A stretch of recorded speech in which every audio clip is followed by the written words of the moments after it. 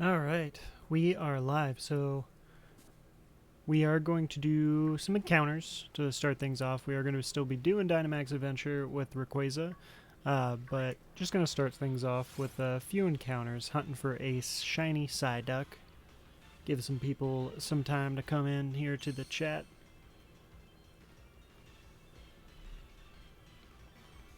Hopefully, is my timer? I don't think my encounter is working.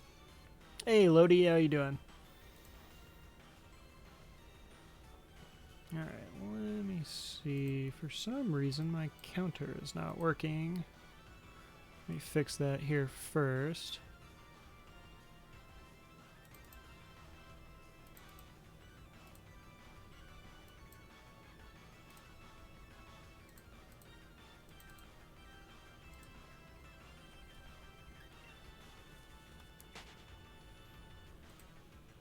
Good. Getting some encounters in. Yeah, I figure we'll do a few minutes here. A little bit of doing some encounters. I've been wanting to do Psyduck for a good while.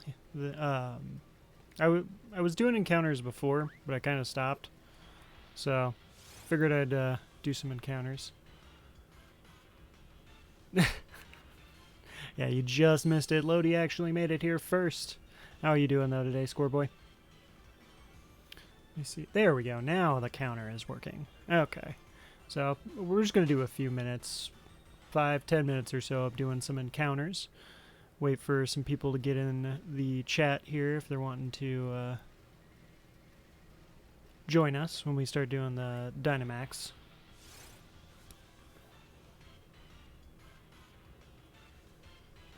I got my caffeine first thing this time, so hopefully I won't be running out of energy, because yesterday, midstream, I was feeling a bit drowsy, so. I still gotta figure out the brilliant hunting method.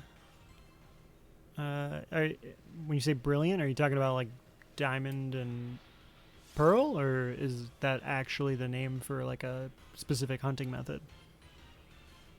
That's supposed to be good. Are you referring to like the hunting method in those? No, brilliant Pokemon. What is brilliant Pokemon? I've not actually heard of that. This is the first time I am hearing of that. Where wild encounters in grass have that like sparkle. Huh. And that's in Sword and Shield? Because I know it used to be like that. I forgot which version. I want to say it was either Gen 4 or Gen 5. Are you like referring to like the chaining thing for shinies? Or are you saying like those little exclamation marks that pop up are sparkles? Like in Sword and Shield. Apparently it's good for shiny mon. Oh, okay. Yeah. Yeah, I know the old method, like with chaining, you could like do some pretty good odds with it. I was always awful at it though, because like you have to chain them, and you can't fall into the you can't have like a random encounter while you're actually trying to chain, or it just screws it up. Because I do remember that, and I hated it. Get those Pokemon with the titles. Oh, so like you're talking about with the ribbon, or not ribbons, but marks. Receive additional bonus rolls for being shiny, up to a total of 6 rerolls at 500 caught defeated. Huh. But that's not in Sword and Shield, right?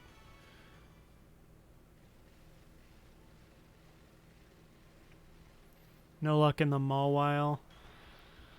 Yep, I'm telling you, you're gonna run into one of them that is going to cost you forever. It is in this?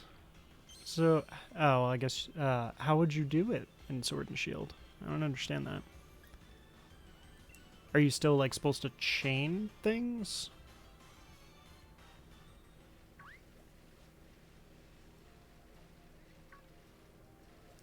Where is... There's a Psyduck.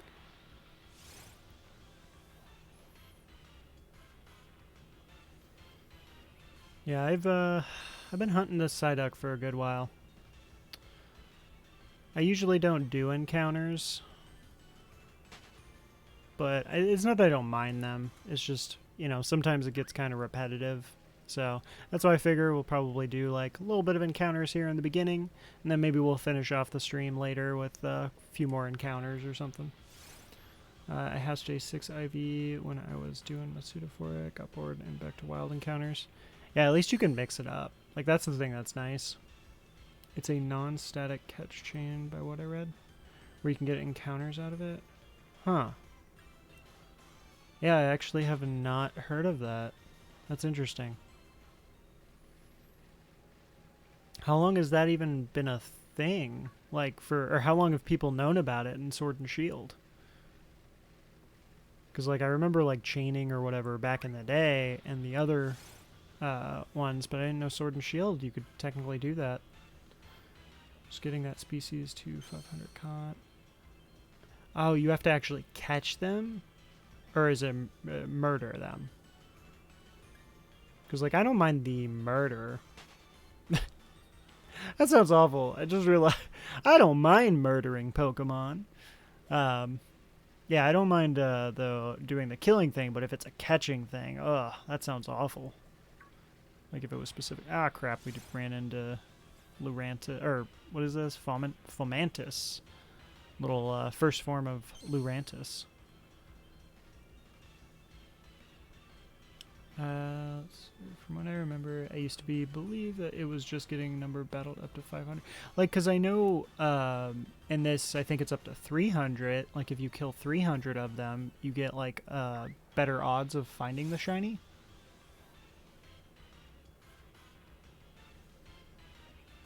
Because, like, I know that's a thing. Because, like, I have murdered 300 Psyducks to see if I can get it to shine. But apparently murdering 300 Psyducks was not enough.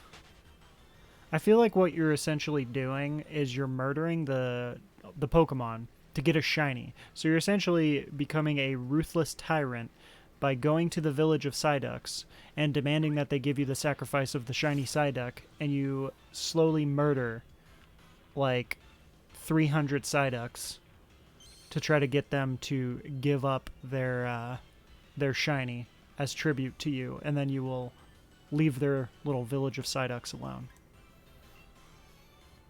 That's how I see it. I also hyper-trained my Milcery and evolved it into the Lub Sweet Milcery.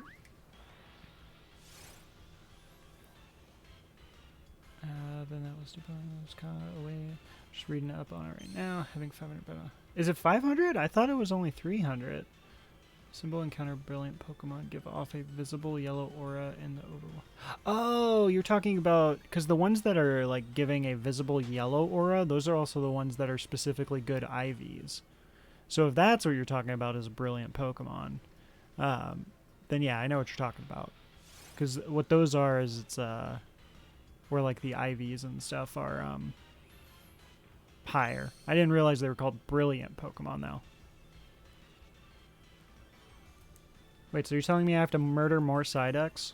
I thought I already murdered enough. I'm pretty sure I murdered 300. Do I have to murder more? Let me see. This is Isle of Armor. Where is the Psyduck? Let me see how many I murdered. I thought it was only 300, and I murdered 300 Psyducks. But it has been a while since I've been doing my Psyduck encounters, so... oh, no, never mind. I've murdered 500. Okay, you're right. Yeah, 500 is it. For some reason, I thought it was 300. But yeah, okay. I murdered enough. I have murdered 500 and actually 509 Psyducks. So I just kind of killed 9 of them, I guess, for sport. So... we don't really know how it works yet. 50 cows, they can also have egg moves? Really? That's interesting. Put the Cerebi link in the Discord? Okay. Yeah, I'll look at that. I can make emotes for you if you want. So actually, Ray does the emotes, or is working on the emotes and stuff, and I believe she is working on them as we speak. So, oh wait, I don't need to murder any more of these. I've gotten the taste of blood. The taste of the Psyduck blood, and I want to murder them. He's poor Psyduck. Okay, I didn't even know if we hit the Psyduck right there. I tried doing it with something, but got bored. Ah, yeah, like I can only do so many encounters after so long. Hey, Ryland, what's up? I haven't seen you in a bit. How have you been? Okay. So I'll probably do a few more minutes of this or so of the encounters, and then we're going to jump into some Dynamax and hunt down this Rayquaza. Nice, you got your... your shiny. I haven't gotten the Rayquaza shiny yet. No, we actually are at 161 encounters, so we'll see that in a second. I'm just doing a few encounters for Psyduck, because I've been wanting a shiny Psyduck for a good while, just because the whole origin of my name Slothopus consists of a sloth and a platypus. I just combined the weirdest animal I could think of with a sloth. And a platypus came to mind when I created it, and that was, maybe like 15 or 16 years ago I came up with that, and I just kind of stayed with it ever since. So in order to go with the theme, I've been hunting a shiny Psyduck for a good while, and just getting back into that. So we're gonna do some encounters in the beginning of our streams for a bit, and then probably at the end, we'll do some more encounters, see if we can get ourselves a Psyduck. Did I tell you I was shiny hunting Spiritomb? I think you mentioned the Spiritomb. How is your Spiritomb shiny hunt and go? Have you been keeping track of your encounters?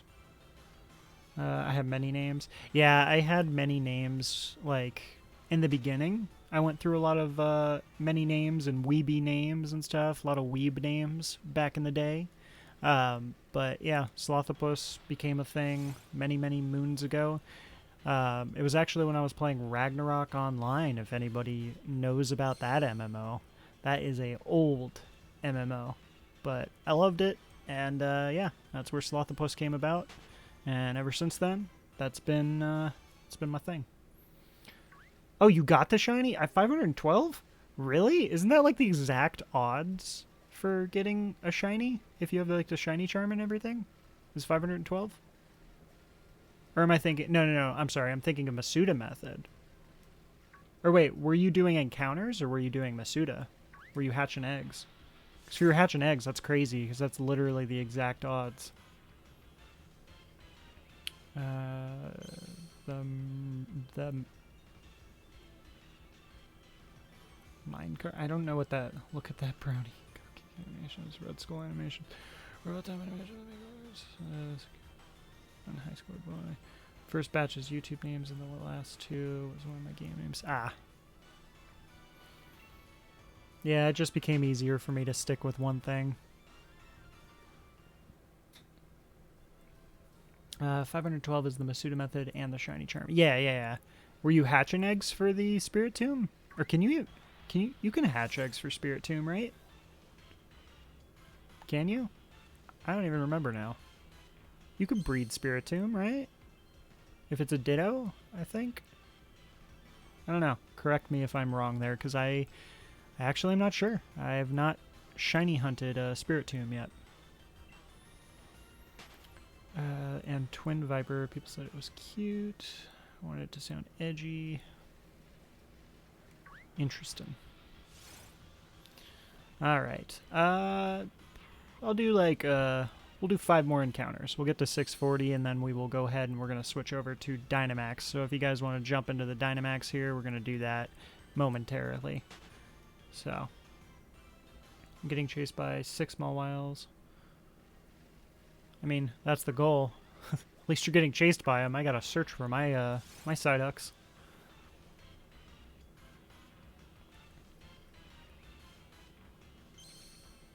Alright, we need to see some shines going on here. Psyduck, come on.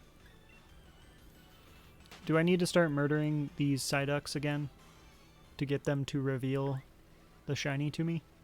Bring me the sacrifice. Oh my god, where are the Psyducks? Aren't they supposed to be like common? Where are my Psyducks?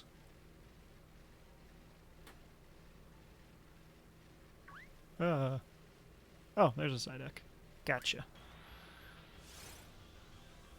Man.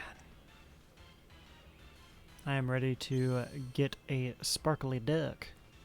I don't know what encounter I'm going to do next. I was considering Staryu, since Staryu is actually around here as well. And I do want Staryu shiny. I just know for encounters, I don't want to do anything that I can get in, what's it called? In Dynamax Adventure. Like, I don't want to do encounters for anything I can get in Dynamax Adventure. Hey, CeeLo! No, we have not gotten the shiny Rayquaza. We're just doing a few encounters here before we actually jump back into the Rayquaza. So, gonna do about 2 more encounters, and then we're gonna go back to the Dynamax Adventure. Just figure I'd start stream by doing a few encounters, change things up a little bit. None of the 6 was shiny. Are you murdering your, the Mawwiles, Scoreboy? And doing, like, the 500? Because you gotta murder 500 of them and threaten them until they bring you the sacrifice from their village. Pretty sure that's how it works. Alright, 1 more encounter before we jump into the Dynamax Adventure. Let's get a shiny. And then we can go into like some Staryu encounters. Ah, no sparkle. Alright, we'll do some more encounters later here. You only have to murder 25 though. I'm pretty sure it's 500. Because Lodi was, we were just talking about that actually. Because originally I thought it was 300, but I guess I did know it was 500 because I murdered 500 Psyduck. So I'm pretty sure it's actually if you murder 500 of them. Alright, we are going to head over though to do some Dynamax Adventure. So if anybody wants to jump in here, you are definitely more than welcome. Let me go ahead and change out our counter here. Let's see, so let's hide this one. Get our Rayquaza counter. Let's hide our little Psyduck here. Where is he? That's it? Yeah, there we go. And pop up our Nope Snake. Alright. We are back with Dynamax Adventure now. Alright, so I'm going to go ahead. We're going to make a room. Anybody is welcome to join here if you want to jump in with us. The code is 85698569, or you could do !join if you need to here. For best odds, at least. Yeah. Yeah, because I don't mind doing the murder portion of it. It's so awful. I don't mind murdering these Pokemon. I mean, it's like I said, it's just essentially you're murdering the Pokemon, and you're doing it to strike fear into their hearts, and it gives you a better chance of somebody breaking and, like, bringing you the shiny one of the group of Pokemon. So. Alright, but room is open. We are going to start at about 30 seconds remaining unless we fill up here. Then we'll just jump right in. But anybody here is welcome to join, and it is first come, first serve if we do fill up. So if you miss out, you can catch us on the next one.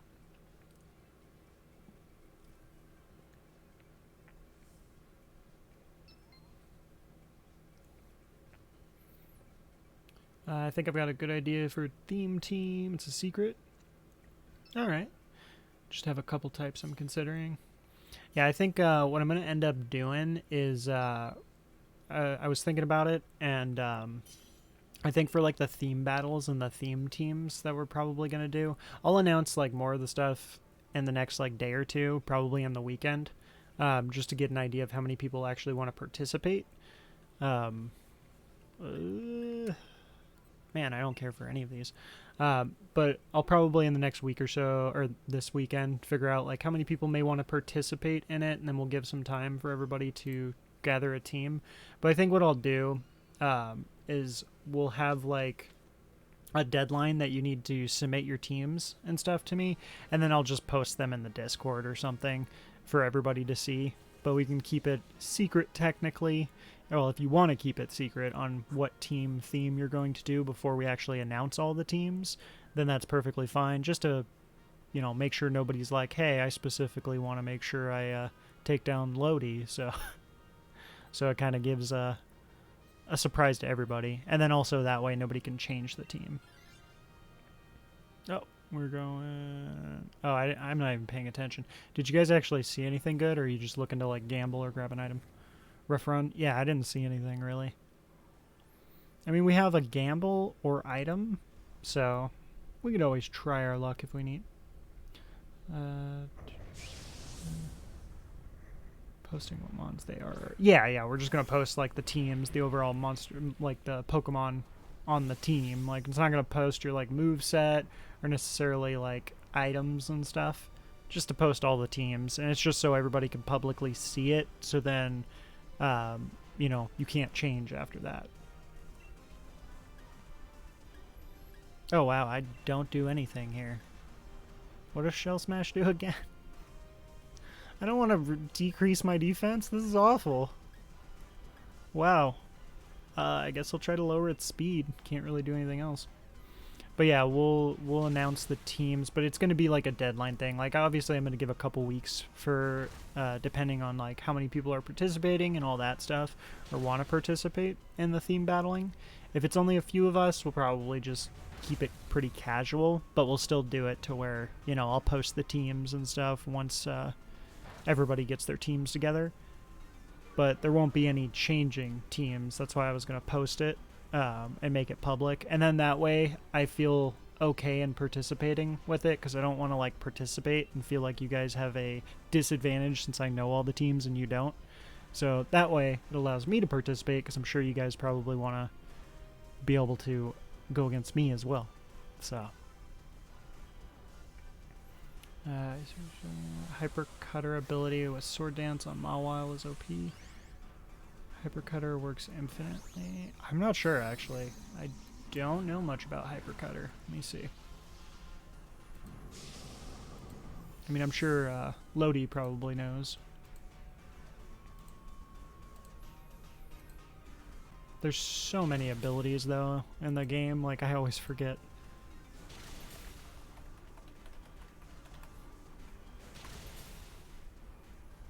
Let's see.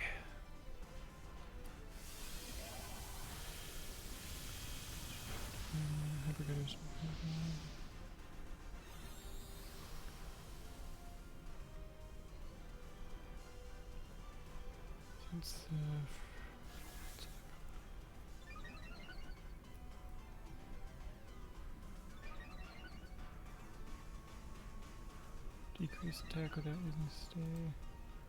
Huh. Yeah, I don't know.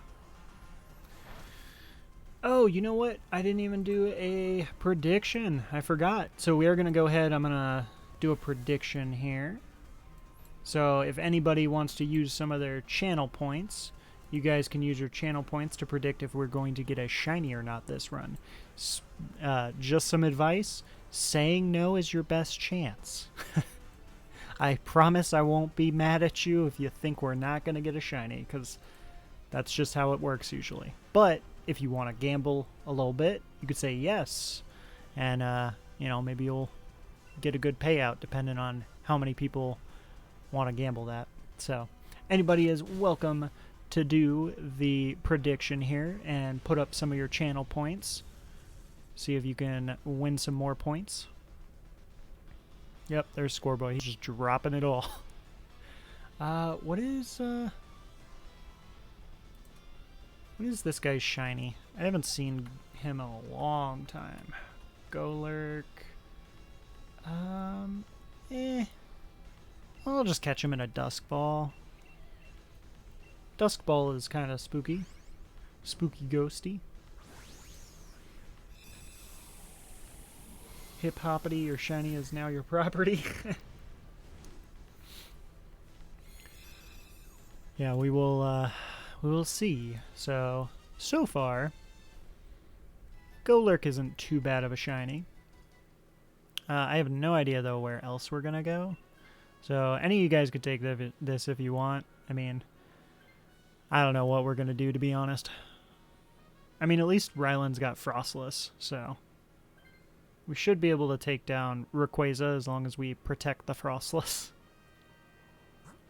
Alright, so we got Pangoro, Noctowl, which gives us an item. I think I'm going to say Noctowl. because we get an item, and then I'm going to say Haunter because then we gamble. Yeah. Yeah, that I feel like that's the best bet. So we get an item, and then we can gamble, or somebody can gamble with the Haunter. Ew.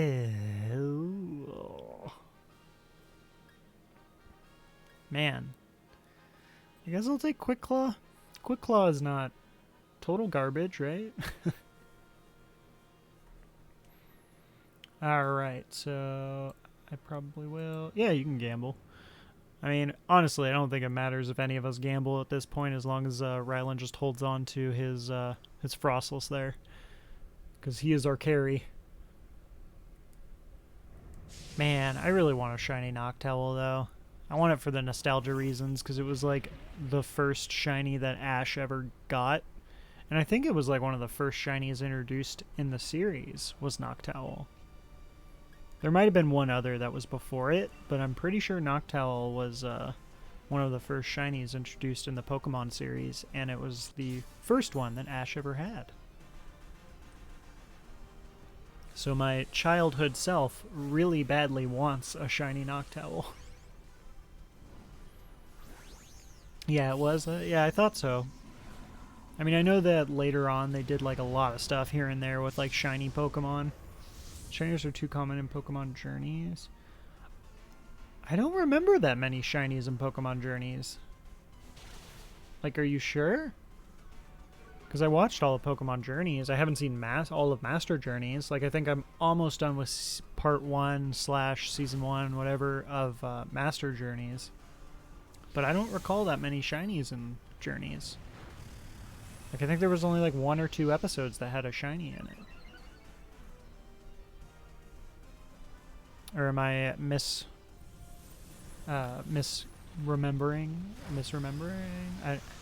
I don't know the word I'm looking for there. I don't think misremembering is a word.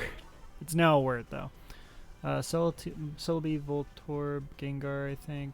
Magikarp, too. To be fair, Magikarp has been shiny throughout the series constantly. Like, that was the whole gimmick with the Magikarp. I don't remember Voltorb, the shiny Voltorb. I do remember the episode with shiny Celebi. That I remember. I do remember the Gengar as well. I don't remember the Voltorb. And I mean, I feel like Magikarp, technically, isn't it like the same Magikarp? It's like the same Magikarp from the beginning of like not the beginning of the series, but the earlier times of the series.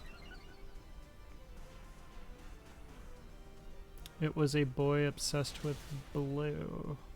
Huh. Yeah, I don't actually remember that. I mean, I'm sure I saw it, but it's hard to remember all of the episodes of Pokemon Journeys. You know what? I'm gonna just catch it in a Premier Ball, or should I catch it in a Luxury? Yeah, we'll catch it in a Luxury Ball.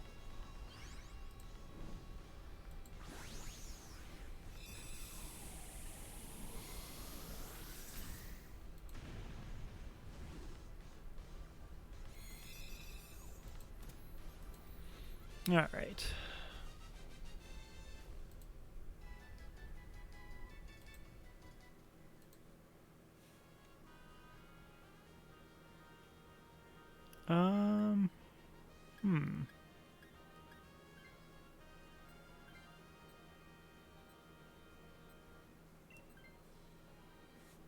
Yeah, there's not really any reason for me to take the Noctowl, huh?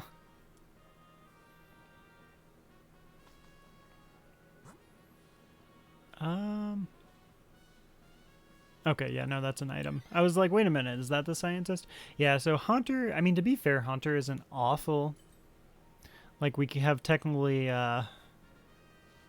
he technically has Hypnosis with the Dream Eater.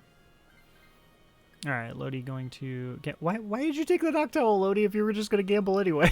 I just realized that. I mean, I didn't want the Noctowl anyway. Ooh! Oh my god, that's a good one. Alright. That's good. Yeah, I guess that's why you took the Noctowl, right? So it can turn into a Galarian Weezing. Calculated, right?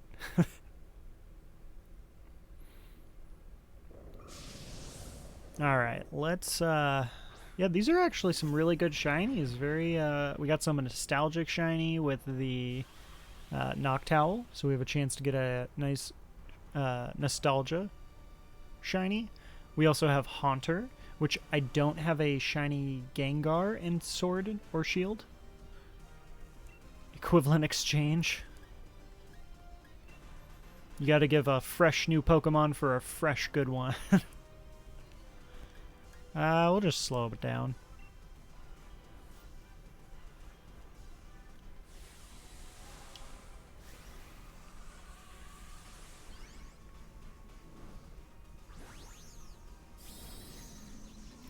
So, what is our team?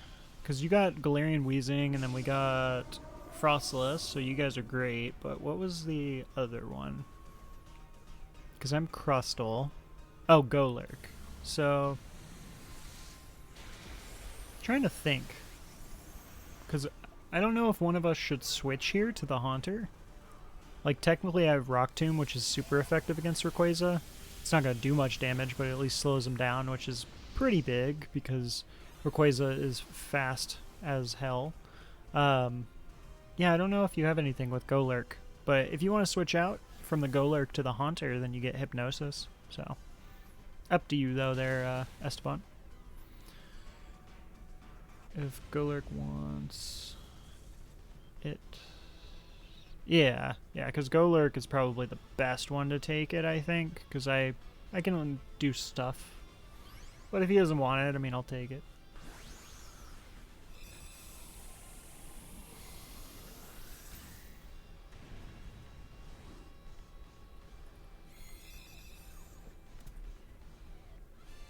I think I'm going to make a Volt Switch team in Pokemon Sword, with my ace being Emolga. I was actually thinking of making an electric team. Like, I don't even know what team 100% I will use when we decide to do the theme battles. Okay, he's taking it. Alright. But yeah, I don't know what Pokemon I'll choose to do when we decide to do the theme battles and stuff. But I was thinking of considering electric. I already have fighting. But electric does sound kind of cool and fun. And I already have the shiny Electabuzz we got yesterday. And I was thinking about it. And honestly, I love Electivire. Like Magmortar, Electivire, all of those like Gen 4 evolutions that we got are just so freaking cool. So I actually am I'm still very excited that we got that Electabuzz. I didn't realize how much I would be happy about that because it's shiny.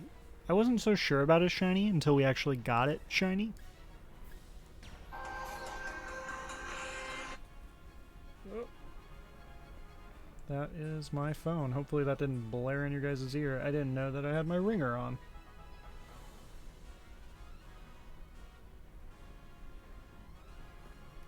My bad. Yeah, I'll go ahead and Dynamax. Why not?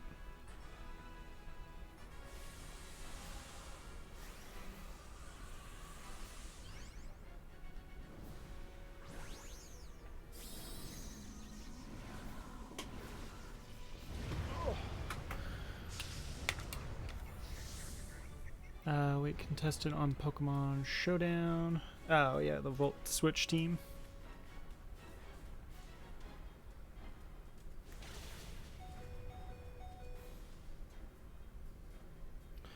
Alright. But yeah, honestly, another typing team that I was considering is just straight up a normal team. Because normal typing I actually love. Like, I didn't used to care for normal typings as much, you know, way back in the day. But yeah, I definitely am a fan now. He'll needs to be up for reveal tour. Oh, yeah. I was like, what are you talking about? Oh, Frostless, yeah. Yeah, you just want to attack it with your ice moves. Just try to murder it.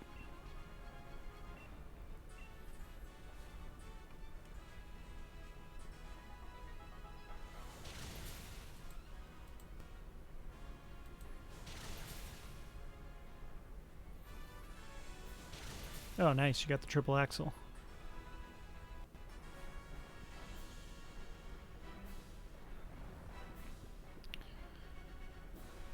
Oh no, he woke up. Oh, he went for the wheezing. Nice. What? Doesn't Strange Steam have 100% accuracy? I'm confused. Does it not? I always thought it did for some reason. Is it 90?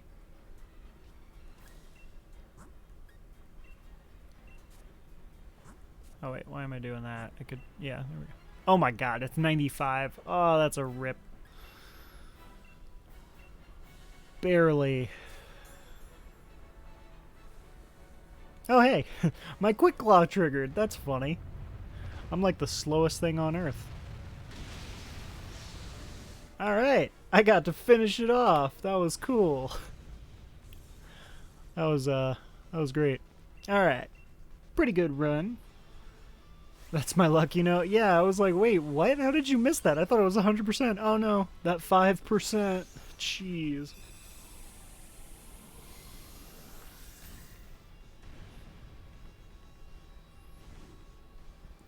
Ooh, nice. You got the shiny Haunter? No shiny? Aw. Well, at least we got one shiny so far for the night. Hopefully we can join you there, Lodi. I'm just hoping for, honestly, any shiny, because we got some pretty good ones here. Alright, let's take a look. Oh, no shiny Noctowl. Not yet, at least. Let's see. Haunter, we didn't get the shiny Haunter, but... Dang. No shiny Rayquaza. Alright, well, we're just getting warmed up here, luckily, so if anybody wants to jump in again, we are going to jump in right back into the Rayquaza. Hopefully, you know, that run actually started off a little bit rough, but it ended up being a really good run. So hopefully we can get a decent run like that again. So, oh, and I'll distribute out here the channel points while we're waiting for the room to fill. Alright, room is open. And then I'm going to go ahead and distribute the channel points on the prediction. So we did not get a shiny, unfortunately. But we are going to go ahead and open another prediction for this run. So if you guys want to jump on that one. And it is open. Not one I needed, but I will take it. I mean, Haunter's always a nice one. Do you already have a shiny Gengar? Are you, do you care about, like, getting a full set shiny, Lodi? Because I know I personally want to get, like, a full set and have, like, the shiny living dex. I mean, overall, I'm not, like, you know, it's not a do or die thing for me, but it's just one of those things I want to see how I can develop my collection and get as close to a shiny living dex as possible. Klefki is actually pretty good. I'll take the Klefki. I have maybe 6 shiny Gengars. Oh my god. How do you got what? How do you have so many shiny Gengars? Why do you have so many shiny Gengars? I mean, it is really cool shiny when you Gigantamax, but oh wow, you have the shiny line in Arceus too. All right, what do we got? I think I saw a Lycanroc. Yeah, I think that rock up there is Lycanroc. Taurus, we don't need. Lycanroc's not bad. That's the Toad. Politoad. Or no, that's not. Is that like? No, that's not Lycanroc. What the heck is that? Oh, wait, that's Relicanth, isn't it? Yeah, that's Relicanth, huh? Oh, yeah, Relicanth is really good. So we definitely go to the Relicanth in the middle there. Multiple event ones from around 2013 as well. Oh, huh. I didn't even know that they gave away like shiny Gengars like that. Yeah, I have a shiny Ghastly in my Y game, but I don't have the Haunter and I don't have the Gengar. I mean, I kind of planned on evolving my Ghastly. I haven't like transferred it over though. So, I mean, the good thing is with the whole Pokemon Bank stuff, we'll be able to transfer all of our stuff for free, I think, like in, is it like in like 8 months or something, or 6 months? I don't remember the exact date on when they're making it so Pokemon bank is essentially like closing, but it's going to be able to be used to just carry over stuff for free straight to Pokemon Home, so you don't have to have a subscription anymore. So that'll be cool. And I can't do anything here, so I guess I'll light screen, even though I'm pretty sure he's physical damage. I don't really have much else I can do here. So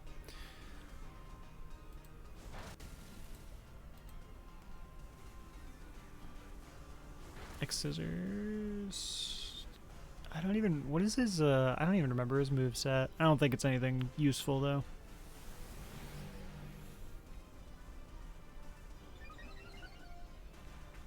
Alright, let's see how the predictions are going.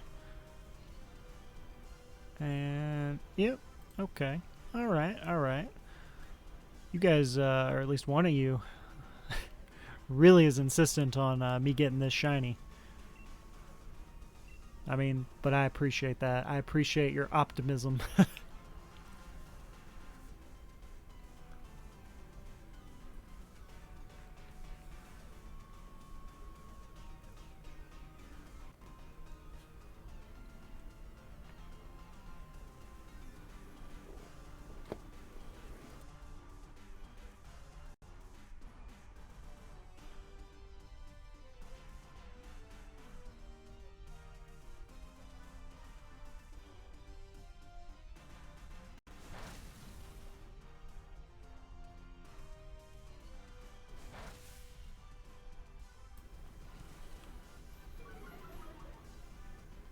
Alright.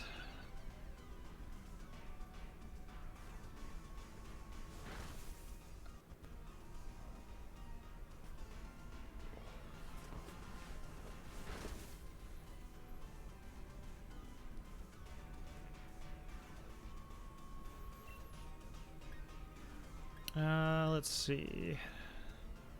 What does Crafty Shield even do again? This does not stop move that do damage from status effect. Yeah, it's, God, it's so useless. I think I just stick with the play rough. Try to lower his attack. Not much else I can really do. At least you guys do some decent damage.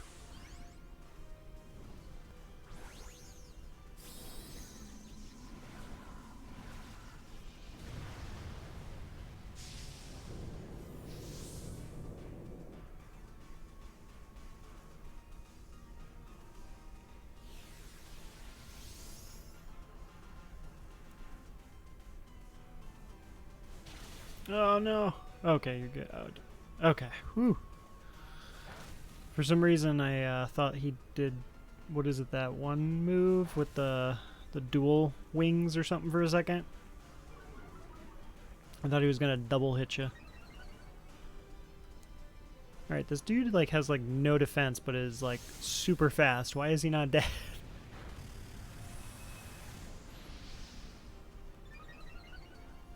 Actually, you know what? What is Shiny Skarmory? I think he's green, if I recall.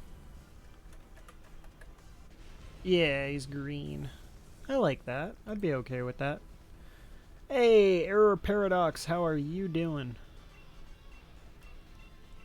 How's your day going? Alright, yeah, we're just going to catch it with a Nest Ball here to complement its green shiny.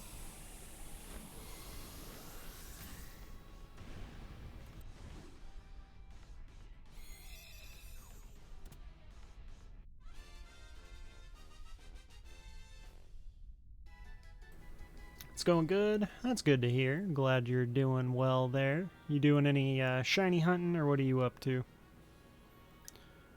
I don't have any reason to take this.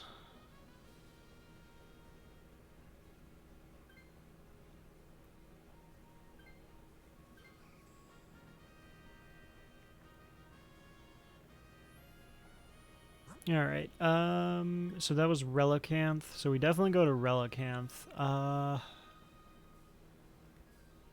mean, after that, I don't think it really matters. So, as far as Relicanth goes, I would probably recommend...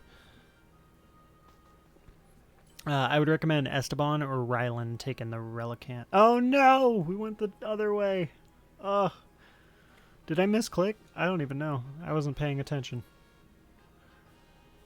Yeah, you can gamble. Alright, well maybe we'll get an ice Pokemon at least. Oh, Seismitoad. Rip. Well, this is going to be interesting. I did not see what's on our left side. You're doing Registeel? Are you doing the Registeel in Sword and Shield? Just doing the soft resets? Pinchurin. Interesting. I forgot what Pinchurin shiny looks like. Pinchurin.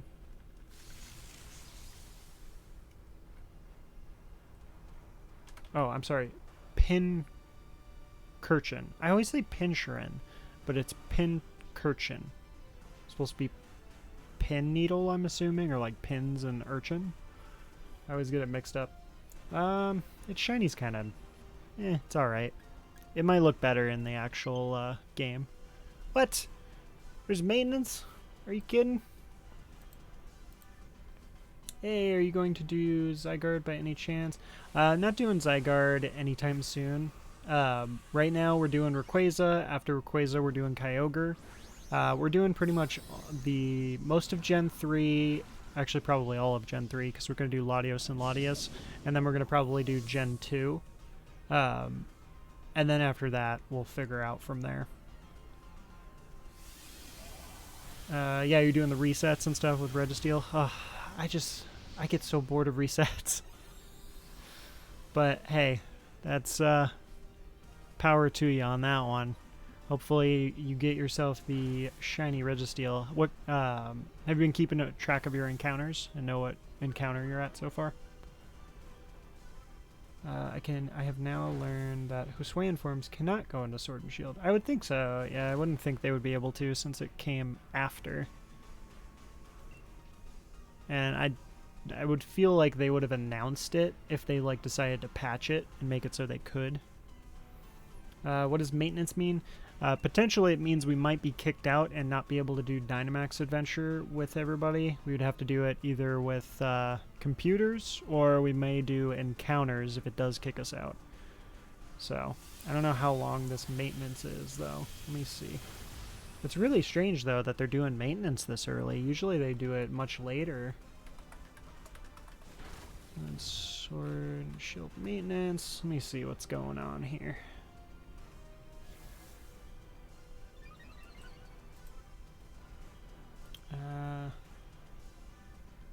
Maintenance for Pokemon Sword is now taking place until 2 UTC. Oh, so it's about an hour. So they're going to be doing maintenance for an hour. So if it kicks us out here, we may just go and do some encounters, maybe. Yeah, it looks like maintenance is going to be an hour. So, oh well. Guess we can do some more of those Psyduck encounters then. Get a bunch of those in. Maybe we can get ourselves a shiny Psyduck. I've not been keeping track of encounters as I don't have an alternate or an effective method. Ah. Understandable. Yeah, with encounters and stuff, I really hate keeping track of it, but it's nice because I have an auto counter. Like, you can find like a lot of auto shiny counters that you can kind of keep track of them. But that's only if you have like a video card to hook up to your PC and stuff. Like, the only reason I can keep track of it is because I can make it appear on my computer. But there might be other methods out there, I don't know. I haven't looked too into it with like keeping track of them, but I can understand the factor of having to manually do it gets really tiresome. Like, I don't mind doing it manually with Dynamax Adventure because, you know, usually these runs are far from each other. But, yeah, keeping track of them manually can be rough. Well, I hope you can get your Registeel, though, sooner than later, that's for sure. Let's see. I do not want this. Shiny Hunt app. Oh, yeah, there is a Shiny Hunt app, too. I've never actually personally used it. Let's see. So we got Haunter again. Who's the Psychic? Oh, it's Kadabra. Ugh. These are rough. Yeah, I guess we can go for the Kadabra. We should be able to take out the Kadabra pretty quick at least. Plus we get an item from it. But yeah, if we don't end up disconnecting from the maintenance, this is going to be a tough battle. Expert belt, probably. Yeah, expert belt is the way to go. Let's see. Yeah, so Kadabra, I think Kadabra actually does have Dazzling Gleam, but God, he's so squishy is the only downside. Oh yeah, and then SL White. So we're not doing Zygarde anytime soon, but if you want to jump into any of the others in the future, you're definitely more than welcome. I will eventually do Zygarde. It's just I'm trying to get like some of the nostalgia legendary shinies and stuff here first. So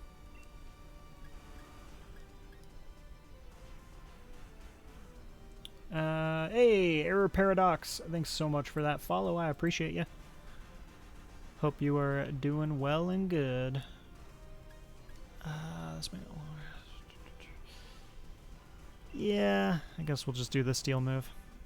I don't really want to use up all of my play roughs because I'm going to need to use that on... don't kill me. Stop that. I'm going to need to use that on Rayquaza.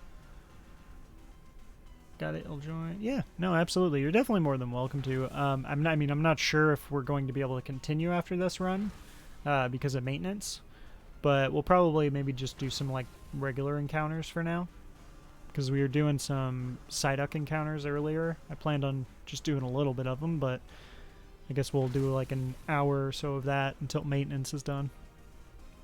Unless for some reason it lets us keep playing, then I guess we'll just turn the other way and play. But I feel like after the end of this run, it's probably just going to kick us. That's usually what it does. Hey, thanks so much for that follow as well there, SL White.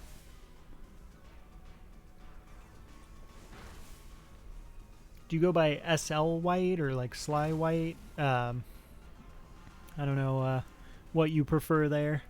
Let me know, though, if anybody does prefer anything other than what I'm saying, because... I'm just trying to guess, pretty much.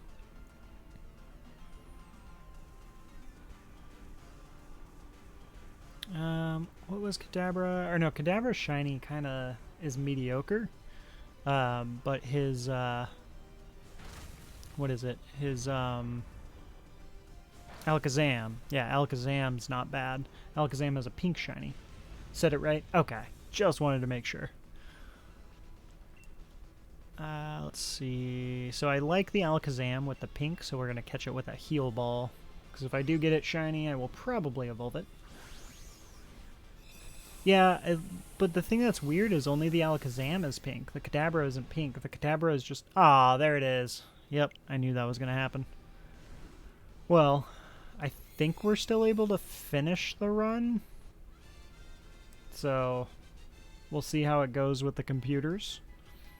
If it allows us to finish it and go against the Rayquaza, and then we're probably just going to jump in and we'll just hang out and do some Psyduck encounters since we're still trying to get ourselves a shiny Psyduck. And then we'll come back to Dynamax Adventure probably in about an hour or so. Oh, that's weird. It's delayed even though it kicked you guys. It still works free. That's weird. Because, like, I don't get why it's saying communicating, because I'm pretty sure you guys are all computers now.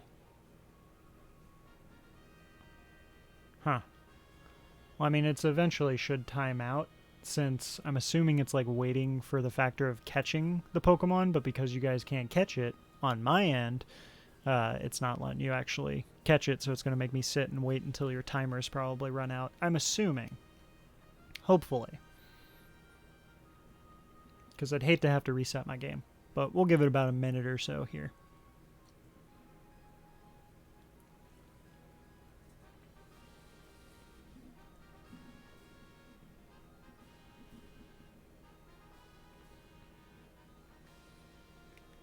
Man, it doesn't let me, yeah, I can't even, like, look at the different views or anything. Is it letting you guys continue? Like...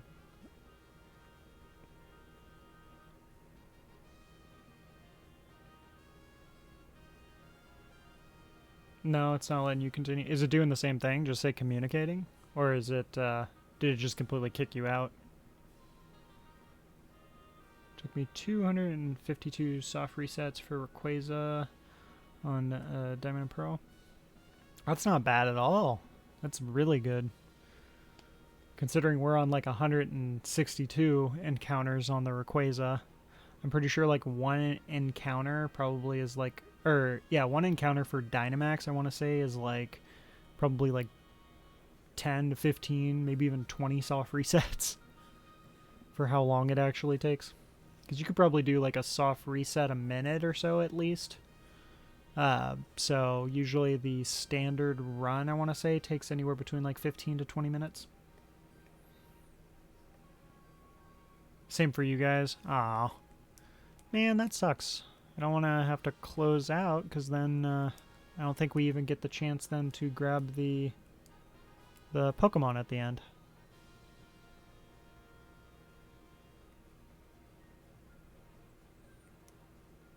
Well, I think I have to. That makes me so sad. I think it's trying to connect all of us. You're stuck too. Yeah, we probably have to just close out. Ugh, that sucks. I'm so sad to do this. I don't want to. It should fail eventually. I mean, I would think. But, like, it's taken a good while. But who knows on that, how long that'll be. Yeah. Let's see. I'll give it about 20 more seconds or so here. Man, that sucks, though, because I really wanted to see if we got a shiny. I wish we could at least, like, see. Like, I would have been fine if it just was like, oh, you can't do Rayquaza now, and we had to skip Rayquaza, because I've had that happen. But it's not even giving me that choice. So, alright. We will go ahead and close it. That sucks.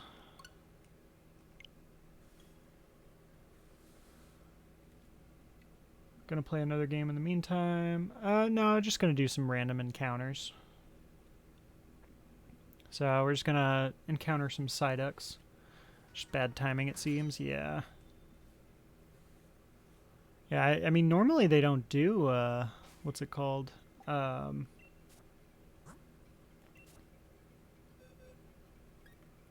don't even know what I'm doing right now. But yeah, normally they don't do maintenance so early. That's really weird. Alright, so we'll go ahead then. We'll do some Psyduck encounters. So we're just going to kind of hang out here for a bit, do some Psyduck encounters. Let me go ahead and swap them out here.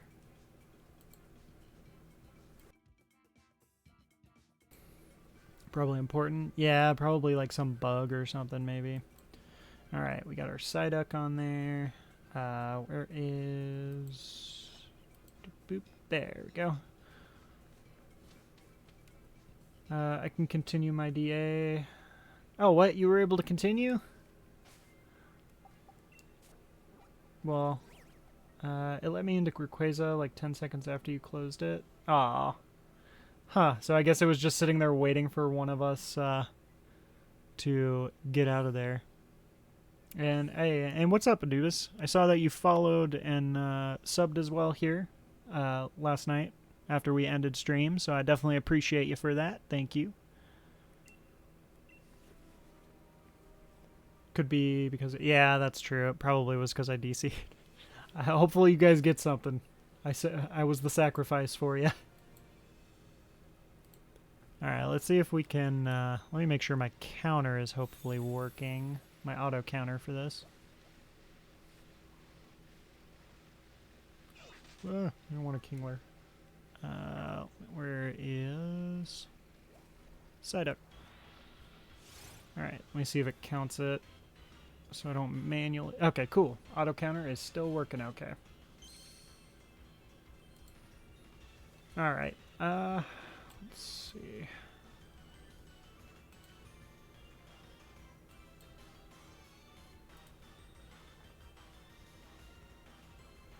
Oh, you left as well, Ryland. Well, hopefully the people that were able to get in managed to get something. What was I gonna do? Oh yeah, with the prediction. Well, I guess technically, with this last prediction, I think I think we just gotta kind of cancel it out and return the points here with our last prediction, since that run wasn't fair. We didn't get to see if we got the shiny or not. So I will cancel out that prediction. What we could do, though, is we could do another prediction. We could see... Let's see. What do we think? So, like, in the next 15 encounters? What do you think? Does that sound good?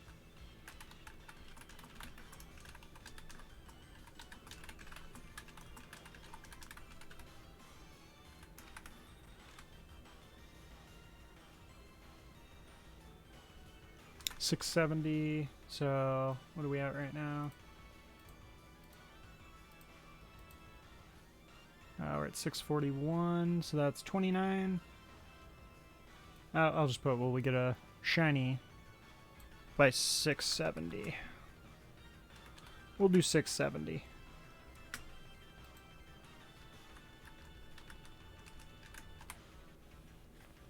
And then I'll submit it for about 2 minutes here, since this one will be a lot easier. Usually 50 is what I've seen done. Alright, well, we might change it to 50. We'll start with, though, with 670. Ryland ended up saying 670 already, so... In the meantime, we can just murder the Psyduck, see if they'll bring us the shiny.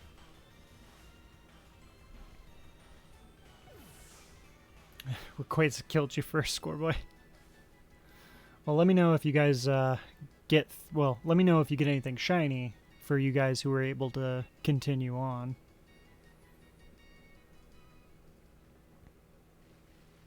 Alright, let's see. Whoa.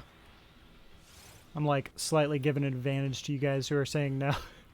I probably shouldn't be doing the encounters like while you guys are still predicting, just in case a shiny happens to pop out. Y'all be cheating.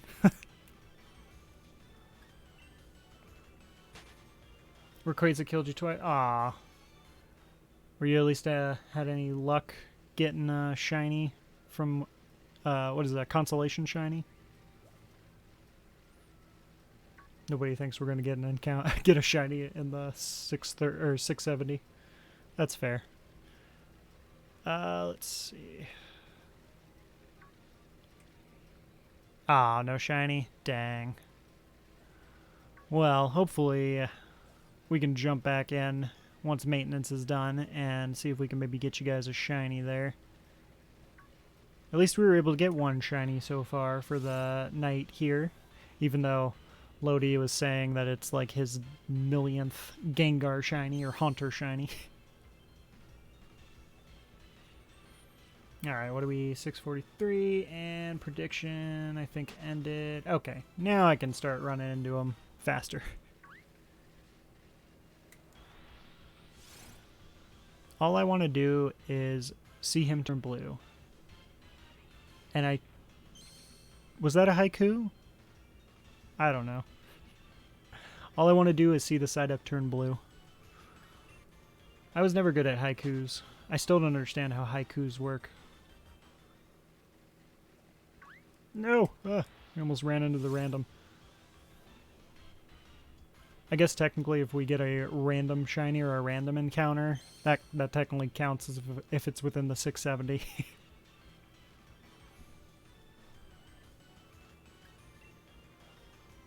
Alright, I'm honestly tempted to start murdering these Psyducks even though we already hit the 500. Just to see if we can get them to bring us the shiny one, the Sparkles. So, because I mean, it's not off topic, on topic still, but as far as shinies go, because there's stars and then there's square shinies. I always forget which one is the rarer one when it comes to like wild encounters. Because I remember, I think Dynamax, it's like set to one type of sparkle. I think it was like square. But I thought like encounters in the wild, there was like one that was much rare much more rare than the other. I couldn't remember if it was the square shinies or the stars. Or does that even matter, honestly? I don't even know. Haikus are easy. You just match the syllables in 575. Ah, okay. Yeah, I always unintentionally do haikus because I just genuinely am not good at them. Square or rare. Okay. So, are the ones in Dynamax Adventure guaranteed to be square? Or is the square just, like, specifically rare in encounters? Because I know... Because, like, my Glade, for example, I hatched him from an egg, so he's got stars. I have no idea what my other Pokemon are. And also, I don't know if you can technically get squares in eggs either. I don't know. It's all so confusing to me. As far as, like, the rarer little shiny things. I just want to see sparkles. That's how I look at it. But I know some people are really into that. And the whole marks thing, too. Like, getting marks on your Pokemon. I mean, if it happens, I'm excited. But yeah, other than that, like, I don't know. And yes, that line is a haiku. Yeah, see, that's what I mean. Like, I will unintentionally do haikus. Now we run. Alright, we're gonna have to, like, murder one to, like, reset the RNG. So, point out for a square shiny. Okay. So, yeah, square shinies are rare. Is that, like, encounters and hatching eggs? Or is it just, like, only encounters you can get square shinies?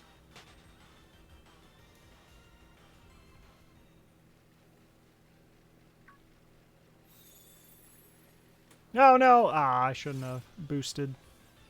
Shouldn't have done the boost. This isn't the one. I want a shiny Mawile already. Stupid game for you, give me shiny. That's what happens. Like I told you, there's gonna be, you're gonna get that real easy shiny, and you sat there and you got 2 shinies. That's what happened to me. Like I got 2 shiny Farfetch'd, like within the same like 6 eggs, and then what was it? And then, like, after that, it took me a good while to get a shiny again from hatching eggs. Like, I think I went way above odds. But I have had some good luck with Masuda method, that's for sure. I think when you kill the Pokemon, it helps your chance. Yeah, it's if you kill 500 of them, then it increases the chances. I technically have already murdered 500, but they still won't give up the shiny. So the way I see it is you sit there and you murder them, and the more you murder, the more you put the Psyducks in fear, so they bring you the shiny from the village of Psyducks. So essentially you're just a tyrant. You're just straight up a tyrant, and you're just murdering Pokemon and threatening them to bring you the shiny one. Or you'll keep murdering them. So that's the whole concept of the method of murdering Pokemon to increase your chances, and that's why the chances increase. I was wrong, so 15 out of 16 chance for stars, the other 116 is square. But a standard wild encounter has a much higher chance of being square. Okay, yeah, that's what I thought. I thought, like, encounters were, like, better, and it was harder to do, or if not, like, almost impossible from eggs. Alright, so I guess if we get squares, we're supposed to be more excited. Even more so. I mean, I just want a shiny. I don't even care if he's got sparkles, or if he's got stars, or he's got squares. Cersei Lannister. Yeah, pretty much. Oh, has anybody actually, speaking of Cersei, anybody seen House of Dragons? Like, I don't want to spoil anything, but I will say it was really good. I very much so enjoyed it. I mean, I expected it to be good, because in all reality, the Game of Thrones was great. It's just those last couple seasons that were hot garbage. So I expected House of Dragons to be good, and yeah, so far I am really enjoying it and looking forward to the next one, the next episode. So if nobody has watched it, especially if you enjoyed Game of Thrones, the beginning of Game of Thrones, like the first couple seasons of Game of Thrones, if you enjoyed it and you thought it was good, highly recommend watching House of Dragons and trying it out. House of Dragons sounds bad. It's actually pretty good.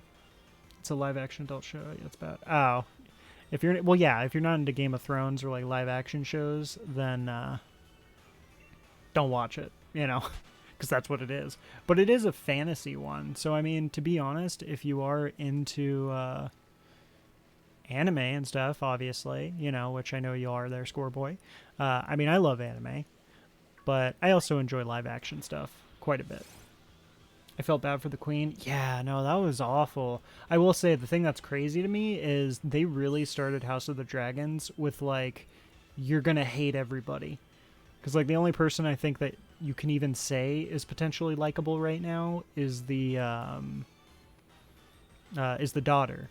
She seems like she's probably going to be the only, like, neutral character that you're going to like. Everyone else is awful. So far, at least.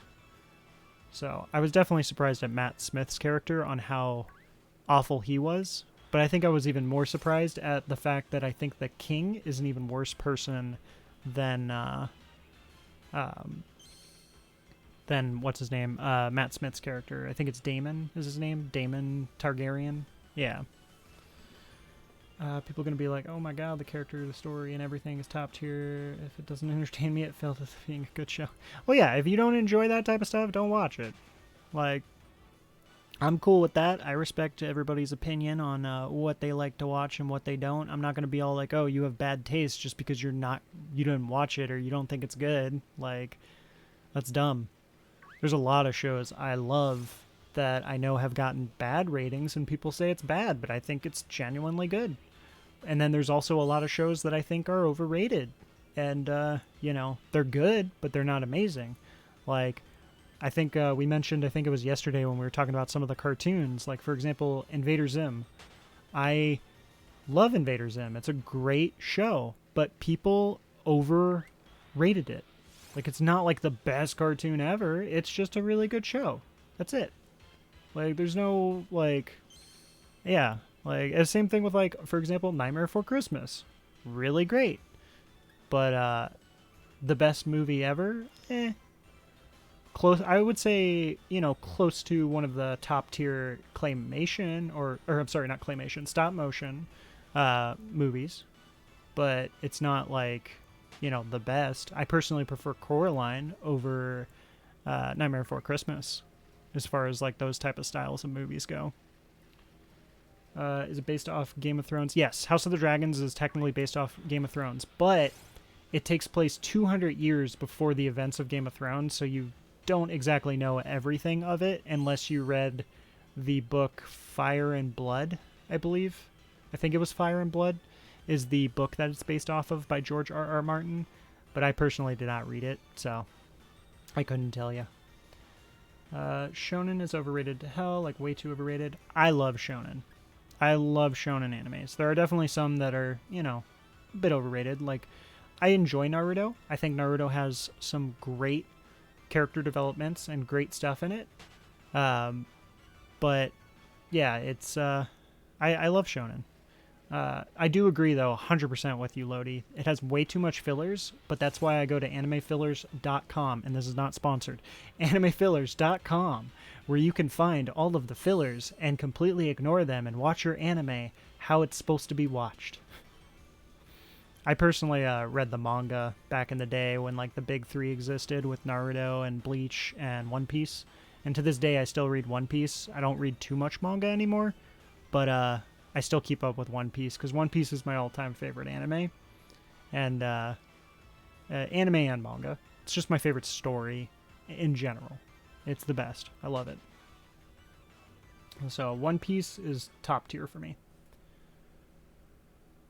Spy X Family is incredible. I do like that. Yeah, I do like Spy X Family. I actually need to catch up in that. I also love another like good like slice of life type thing that I am really big on is oh my god, what's it called? Oh, I can't think of it, but I did think of another one, which is Kakegurui. I love Kakegurui. I love the gambling anime. It's such a unique anime. But the one that I was thinking of, it's another one on Netflix. Kotaro Lives Alone. Kotaro Lives Alone. That is such a good anime. I highly recommend it. Even if you're not a major anime fan, Kotaro Lives Alone really is so good. Like, it's adorable, but it's also so freaking deep and so true as far as, like, child abuse and, neglect and stuff, and really recognizing that. So it is an amazing anime. Like, it literally brought me to tears, which, that doesn't happen often when it comes to... Well, never mind, it does. I don't know why I said that. Anime brings me to tears a lot sometimes. Like, Fullmetal Alchemist Brotherhood. Whew, that's a good one. Attack on Titan, I love. Love Attack on Titan. I gotta catch up. You guys are talking about so much. How long is Switch server maintenance, do we know?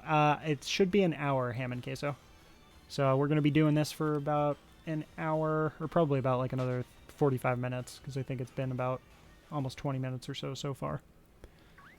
We'll jump back into Dynamax Adventure, though, once the maintenance is done.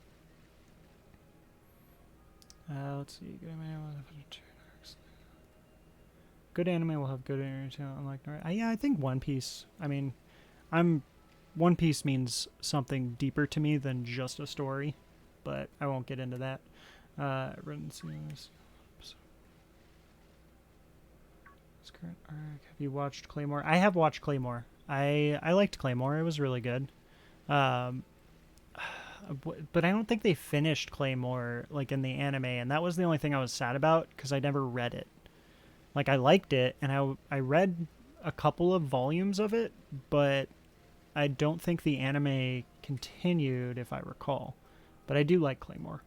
It was good. Tournament of Power is the best arc in all of DBZ, in my opinion.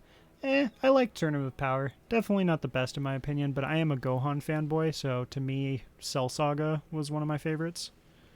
But I mean, I'm just a huge Dragon Ball Z fan in general.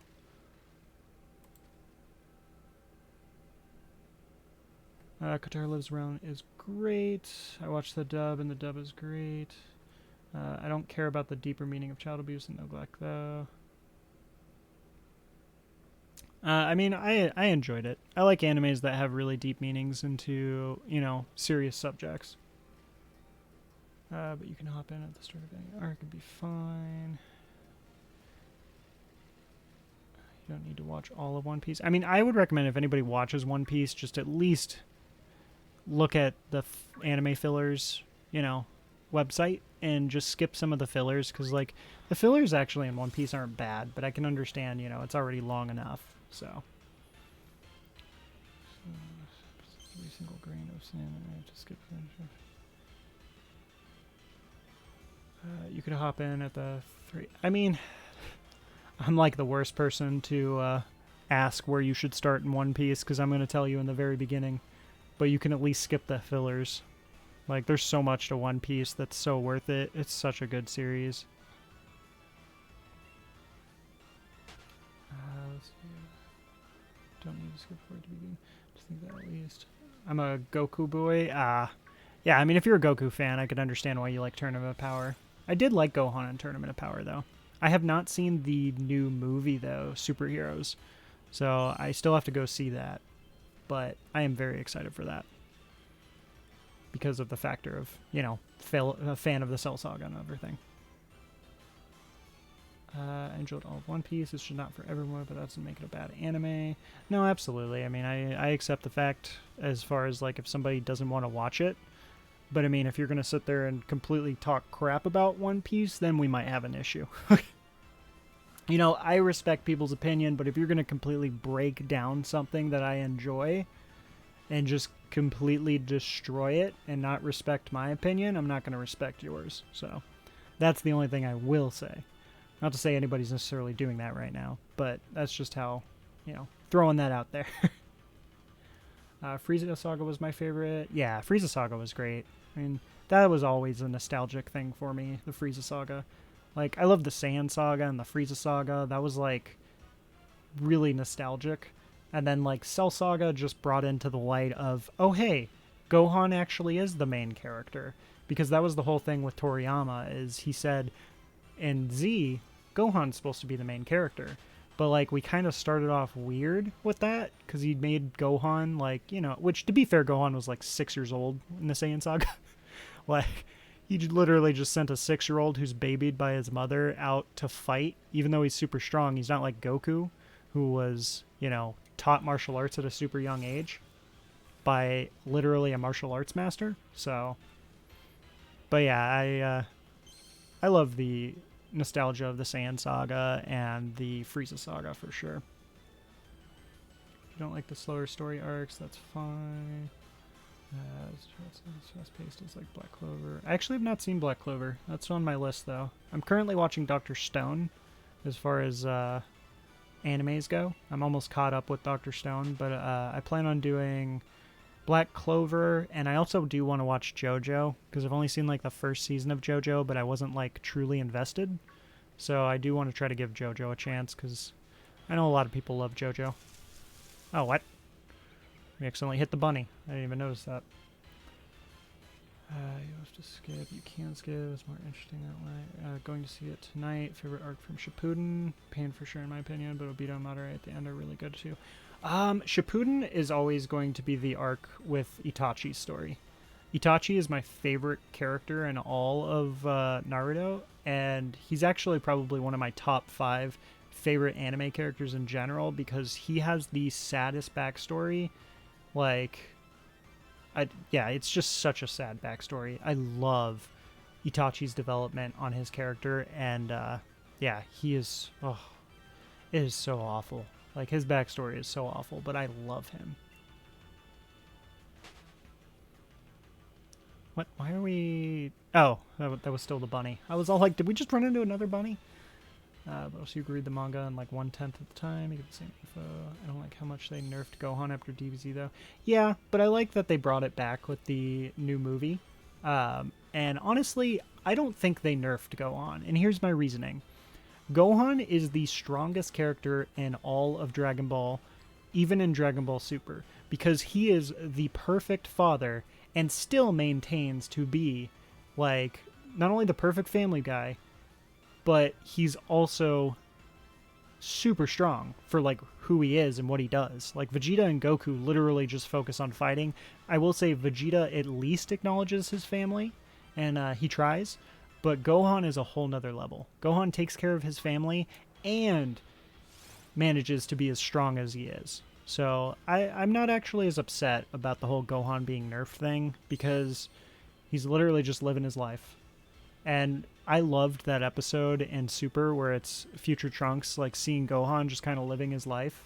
Like, it was so nice. It was such a nice, like, little, like, emotional thing in Dragon Ball, because obviously Dragon Ball series is not majorly an emotional anime. It's all about fighting most of the time. But seeing Gohan, like, be happy, and then Trunks like watching him and hanging out with him being happy, and realizing that he, like, the Gohan he was used to, you know, just had like the misery he had to go through. So you know how much that touched Trunks to see, like, Gohan actually happy, having a family, being a great person. Like, yeah, that it meant a lot to me with how they developed Gohan, and I'm not actually upset about the whole, like, oh, he's weak. I mean, mentally he's the strongest. Let's see. This should be boring, so I don't publish it now. Doesn't cut content to save time. Pervy Sage. Oh, Jiraiya. That was sad. Yeah, I love Jiraiya. He's a great character. Like, my top 3 favorite: Itachi's number 1, Kakashi number 2, and Jiraiya number 3, as far as Naruto characters go. They were my top 3. And the Jiraiya stuff, man, that was sad. Like, Jiraiya is by far the second saddest thing next to Itachi's backstory. I still think Itachi's backstory is awful. Effects that really did a lot of characters dirty in Naruto. Kakashi's backstory is super depressing as well. Yeah, no, Kakashi does have a really bad, like, sad backstory. And I mean, that's why he's one of my favorites too. Because, like, he has such a sad backstory, but he does so much now. Like, that's the one thing too that I will say is imagine the depression that exists in anime. Like, and these people live their lives still and do crazy, amazing things while having to suffer these insane traumas. Like, it's one of the things you really don't think of. Hey, Saphira? Saphira, thanks so much for the follow. I appreciate that. Orochimaru better than Itachi. Orochi has to earn his power, but Itachi is born with those eyes. I mean, true. Yeah, I mean, if we're talking like, well, I mean, even so, Itachi was born with the eyes, but Itachi was still insanely gifted. Because, like, just because you have the shouting gun and you're a Uchiha doesn't make you amazing, you know? So, I will say he at least was very gifted and he was amazing at what he did. He literally, the things he did while he was dead and brought back and they tried to enslave him to work with him, and he managed to overcome that. And not only that, but he literally, like, almost saved everybody, like, throughout the whole series. Didn't Orochimaru, like, lost to Uchiha in, like, 2 seconds? Yeah, no, Orochimaru got owned. I think he's just saying, though, that it's because of Orochimaru, what's it called? It's the factor of, like, Orochimaru had to work really hard to get where he was, which I understand, but I feel Itachi did very similar.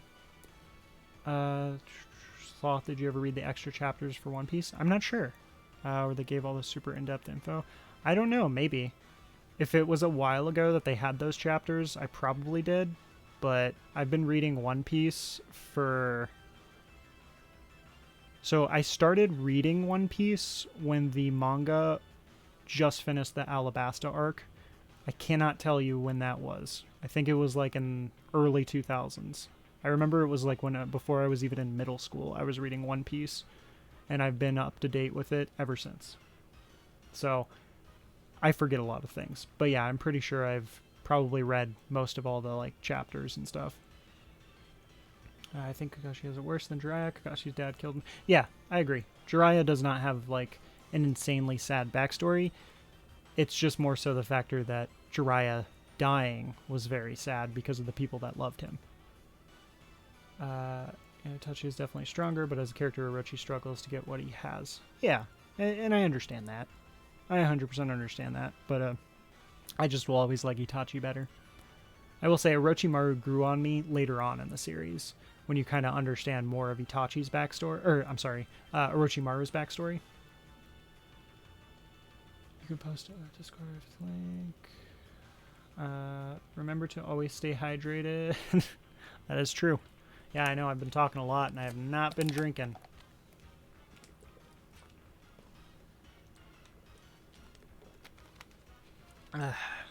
Yeah, I will literally talk a bunch and then I will just suddenly lose my voice in the middle of talking, so yeah. Jiraiya's death was the saddest part of the series, though. For me, it's the second saddest. Jiraiya's death is the second saddest because the saddest thing to me was the realization that Sasuke spent his whole life hating his brother, and when Sasuke finds out the truth of Itachi, I feel bad for Sasuke, but I feel even more bad for Itachi. So that's always going to be the saddest thing to me, and to be honest, that's one of the saddest things in anime history for me. The only things that are, like, on par with it would be some of the One Piece stuff, and for me, One Piece, the sad stuff, I mean, the whole crew has really sad backstories, a lot of them, so I won't get into One Piece because that's a whole nother thing. Like, oh, that is awful. There is such sad backstories with that. Alright, real quick, what I'm going to do is distribute the prediction points here, because we did not get a shiny at 670. So we're going to go to 700 this time.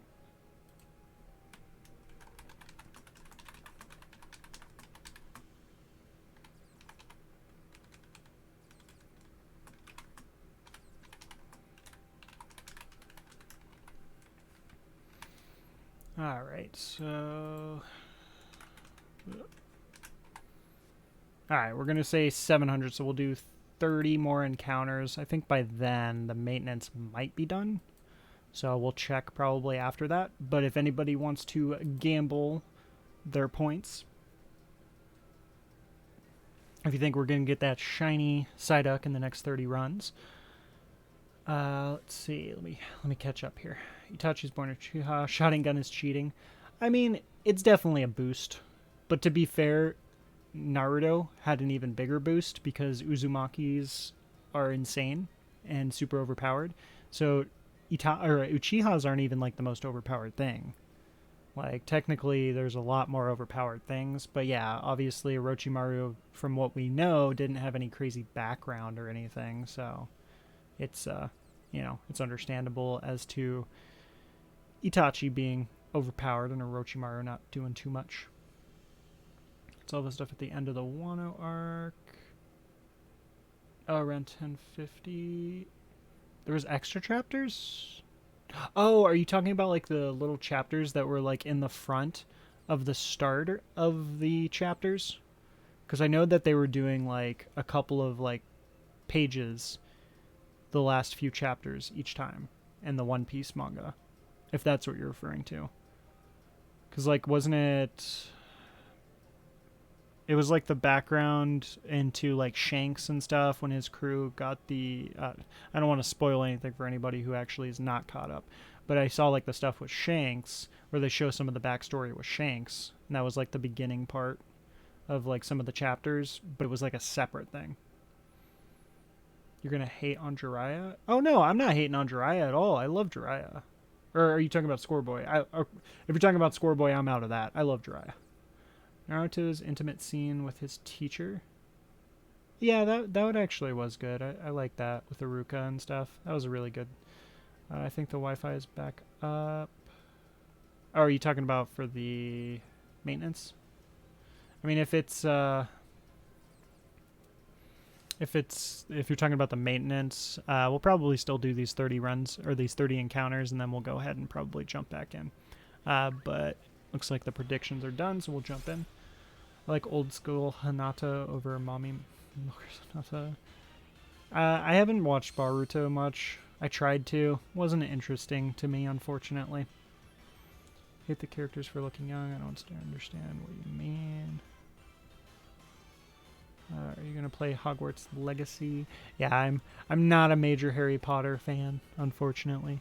Like, not that I don't like it. Like, I do enjoy some of the characters still. My favorite character is played by Alan Rickman, Snape, which may he rest in peace, but he was an amazing actor, and I actually like him.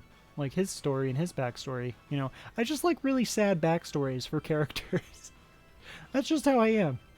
You know, those characters that go through intense trauma and still manage to, you know, overcome some of that to still function in life is just amazing to me.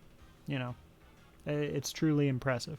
So that's why I am a fan of Snape when it comes to Harry Potter, but I'm not like a uber Harry Potter fan. Like, if you ask me questions about Harry Potter, I will not know the answer to it. But I have seen them all, and I don't not like it. It's good. So, let's see. I'm definitely going to look into it. I'm not really a fan of any of the female characters in Naruto. Naruto is probably my fave. I liked Hinata a lot. I liked Tsunade. I liked Tamari. Tamari was cool. She's I liked the whole like strong character, even though they kind of like made it so she got owned by Shikamaru, and then it's like, oh, I got owned by this guy, and now I'm falling for him, and it's like, is that how that works? So that was the only thing about Tamari, but I like Tamari overall. She was a cool character. Who else? Yeah, the girl characters in Naruto were not actually very fleshed out, like compared to some of their male characters. So that is interesting. I've never actually thought about that. Yeah, I can't legitimately think of a female character in Naruto that makes me go, wow, this is such an in-depth, really good character. Like, Tsunade was kind of, but she wasn't anything, like, crazy in-depth. And we never really learned much else about Tsunade outside of, like, when she's introduced. Dragon Ball had it worse with Master Roshi. Oh, are we talking about? Oh yeah, Kaguya was in. Yeah, but Kaguya. Dragon Ball. So, are you talking about the like pervert aspect as far as like Jiraiya and Roshi, comparing them?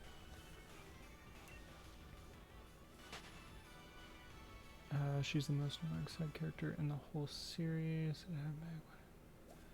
Which character are we talking about? Oh, Sakura. You're talking about Sakura. Yeah, Sakura was... Sakura did not have good development, in my opinion. You know, it's not even the factor of her being annoying. It's just she honestly didn't have any development. She was pretty much, like, no development onto her, except for suddenly the very end, she's, like, working with Sasuke and Naruto and, like, Kakashi, and it's like, oh, Team 7 together again. But, like, it didn't feel like she did, like, anything of much. And it was just kind of random that she jumped into that. They didn't build her up, I feel, well enough. Just my opinion. So... But honestly, I think it's just because Kishimoto, the creator of Naruto, probably just can't develop women characters as well. Like, that's how it is with a lot of mangas. Like, for example, Jujutsu Kaisen. If you guys are familiar with Jujutsu Kaisen, the creator of that has literally admitted he is awful at developing female characters as well as creating and drawing them. Which is why there's not many female characters in that anime, and the ones that are very generic. So... But if we want to talk about something that has really good female characters, Bleach. Bleach is one of my top favorite animes, and I am super excited for 1,000 Year Blood War because I think that was a really good arc, and I'm excited to see it animated. Let's see, Sakura got so overshadowed in the majority of Naruto, to be honest. Oh, you can look at the definition of slur speech. Being an adult but looking like a slightly younger adult is fun. The healing power towards the end, but she was never much of a major factor in fights. Yeah, like, she had some pretty cool moves, but, like, she was just a slightly... I wouldn't even say she was a beefed-up version of Tsunade. I still think Tsunade was more badass than her, whereas, like, Naruto definitely was more... a lot, like... more badass than Jiraiya, even though Jiraiya was awesome. And I think Sasuke obviously was a really badass version of Orochimaru. And then I just feel like Sakura was like not as cool as Tsunade, but, you know, she's there. So, fortunately, not a lot of female characters are developed as they deserve in a lot of animes. Yep. Young underage, that is the intention. Ryoko, Panty and Stocking, Aurora. I have not actually watched Panty and Stocking. So, I will have to eventually, because I've heard a lot of good things about it. At least he knows. Yeah, I mean, the creator of Jujutsu Kaisen at least acknowledges that factor. I have this meme saved of Six Paths Kurama fusing with Six Paths Susanoo, absolutely destroying Sakura. That's awful. I'm just going to stop combo there because I'll be... do it well enough.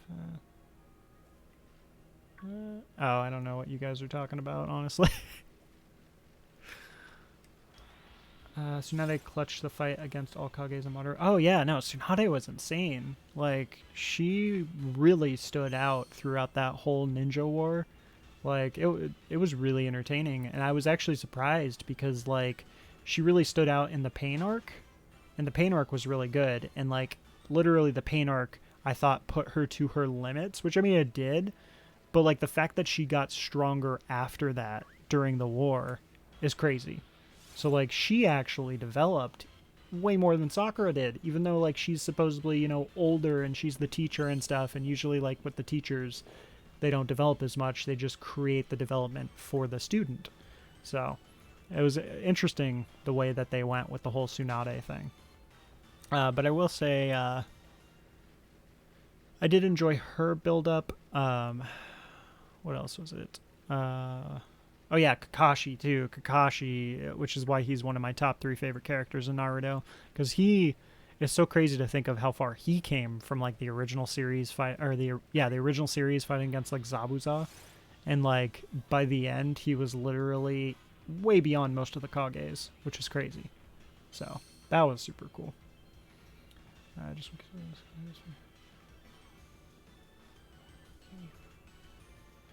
all right, Scoreboy Lodi, you guys. If you guys are arguing about like anime or something, you don't need to argue about it. If you guys got different opinions, just leave it at that. That's it. Like I said earlier, just respect people's opinions on things and leave it at that. You know?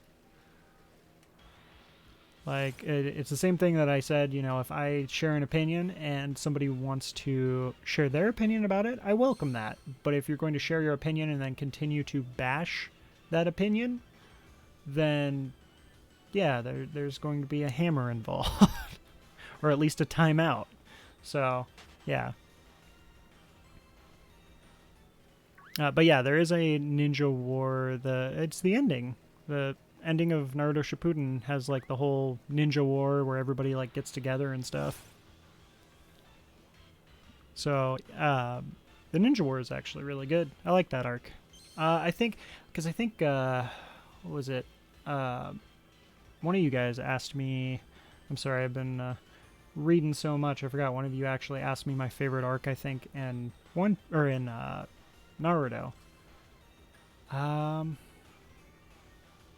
Man, that is actually a really hard question. Do they all die? I mean, a couple of them. Man, though, my favorite arc in Naruto, that is a hard one.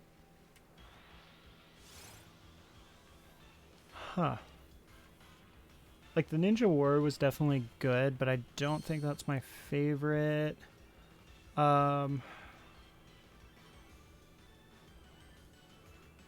I liked the beginning of Shippuden, like where we have Gaara's arc. That was really good. I liked Chio, where we kind of got to learn about Chio and kind of the Sand Village and visit the Sand Village.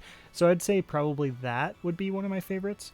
If not that, then I would say it would probably just straight up be the Chunin exams from the original series.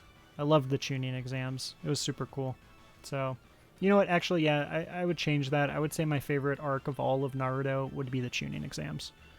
That was very entertaining, and that was like the first time that you were kind of like, oh, whoa, these characters are actually doing things, and, you know, we were used to the Zabuza stuff where it's like Sasuke is, you know, the most impressive person, minus obviously Kakashi, but to be honest, Sasuke wasn't even that impressive. But then Chunin exams, we get introduced to all these people that just way overpower Sasuke and are way stronger than Sasuke.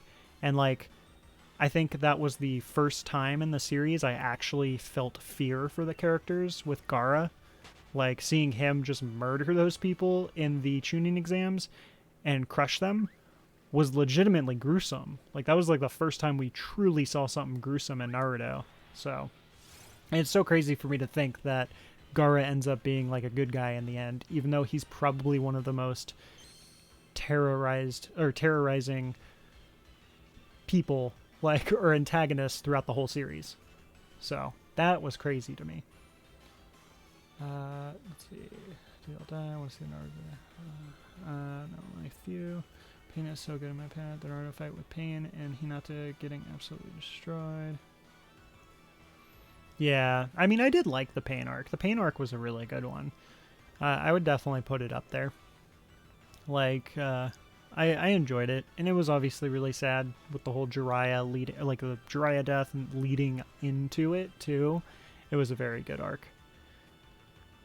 I will say though, that was like the one time in Naruto I was really sad that we're gonna do the whole like stereotypical anime thing where it's like, oh, I'm not going to defeat you or attack you or anything like that, even though he straight up murdered Jiraiya. Like, we just kind of brushed that part off, and like the main character forgives him for murdering Jiraiya, and I'm like, nah, I couldn't do that. Like, that was awful. Like, I still hate Pain for that, and I don't think I could ever appreciate like, not that I can't appreciate him, but I don't think I could ever like him as a character because he killed Jiraiya. And that's just unforgivable, pretty much, in that. It's a really good arc, really develops a lot of the characters. Yeah. Yeah, I love the tuning exams.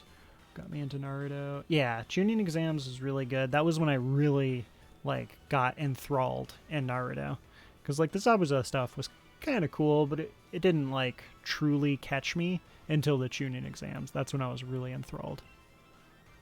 Gaara was such a great character in the original Naruto. They developed his character really well. Yeah, he was really good. So I will say, the beginning of Shippuden, they kind of like underwhelmed and underpowered him, kind of gave him a nerf. And then like at the end, they put him back to where we thought he was.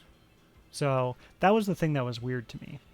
Like, they made him... Well, no, actually, you know what? I changed that. Because to be fair, he was actually winning against Deidara. The only reason he lost to Deidara was because Deidara was a little bitch, and he dropped the bomb on the village. And he literally had to create a sand shield that was the size of a whole entire village. So actually, never mind. I guess it was just because he got caught with his weakness of him trying to save everybody. So, I changed my mind on that. That's not true. You know, Gaara was a good character, and he really was really powerful. They didn't really nerf him. It's just the fact that, you know, it was unfortunate that for the plot, they had to make him use up all of his power when he was whooping Deidara's ass. Like, it was so good. Gaara was such a great character in the original. This arc is definitely one of the best series. The only guy I like in Naruto besides the female is Shikamaru. Shikamaru was a great character. I liked him. I liked him for a good while. Charter R. Honestly, best character development of any show I've seen. The amount of characters Naruto fully developed is insane. Yeah, no, they did great with a lot of the development and stuff for a lot of the characters. And it was nice that we finally, like, got a village that was just completely different culture and stuff. And we got to see all the different cultures, like, through the villages and everything in Shippuden. Like, because we'd get told so much about the other villages in the original series, but it's like, we didn't know nothing. The way they do it is best. One of my favorite. Fullmetal Alchemist. Oh, don't get me started with Fullmetal Alchemist Brotherhood. That Fullmetal Alchemist Brotherhood is in a category of its own as an anime. I can't compare Fullmetal Alchemist Brotherhood to anything because it is a unique anime with a fantastic story, and it is just gold. Like, that is such a good anime. Oh man, I love Fullmetal Alchemist Brotherhood. Like, I love the original, even though the original was like a little bit wacky from where the manga actually went. But Brotherhood was like on a whole level of its own. Brotherhood was so good. Oh my god. I will never say the original was better. Yeah, no, the original was good. Like, I'm not going to say that the original Fullmetal Alchemist was bad. It was absolutely good. And I'm glad that I did not read the manga first, because I would have been watching it and I probably would have been tunnel visioned with, like, that's not how that's supposed to go. But luckily I watched Fullmetal Alchemist, the first original series first, and then I read the manga, and then I watched Brotherhood. So I got to experience it like that, and yeah, it's an amazing anime, and it's, besides like Dragon Ball, I've probably watched Fullmetal Alchemist Brotherhood and rewatched it just as much, if not maybe even more than I've rewatched Dragon Ball, like the Dragon Ball series, because I've watched Dragon Ball Z numerous times over. Dragon Ball has better action in my opinion, but Naruto's story is better, and Naruto really gets you. Yeah, no, Dragon Ball is always just that motivational, it'll get you hyped. Dragon Ball is the most hyped anime in existence. I love Dragon Ball, and I love the Dragon Ball series, and it's always going to be the most hypey anime in existence. But I mean, it doesn't have the best stories. The storytelling in Dragon Ball is atrocious. Like, especially Super. Like, I'm glad we got Super. I'm glad it exists. But God, are the stories in Super atrocious. Oh my God. Atrocious. Oh, I cannot talk. Alright, how many? We got 9 more encounters here. Let's see. The only thing I don't like about DBZ is that it's always Goku having to be stronger than a new strong enemy. Yeah, that's why I like the Cell Saga so much, because it was finally like, you know, step aside to Goku. And I love the Majin Buu saga, but I still think it should have ended with them reviving the planet and then bringing Gohan and the boys to the Supreme Kai's planet and them just all beating them together rather than Goku just killing Buu with the Spirit Bomb. That was dumb. I hated that. Especially because Toriyama did say at the end of Dragon Ball, the strongest character that existed at the end of Dragon Ball was Gohan, Ultimate Gohan. And it's like, how can you sit there and say that, but you shafted him? Like, that made me sad. But I'm not sad about what happened in Super. Like, I don't mind. His character was great in Super, so. Just goes insane.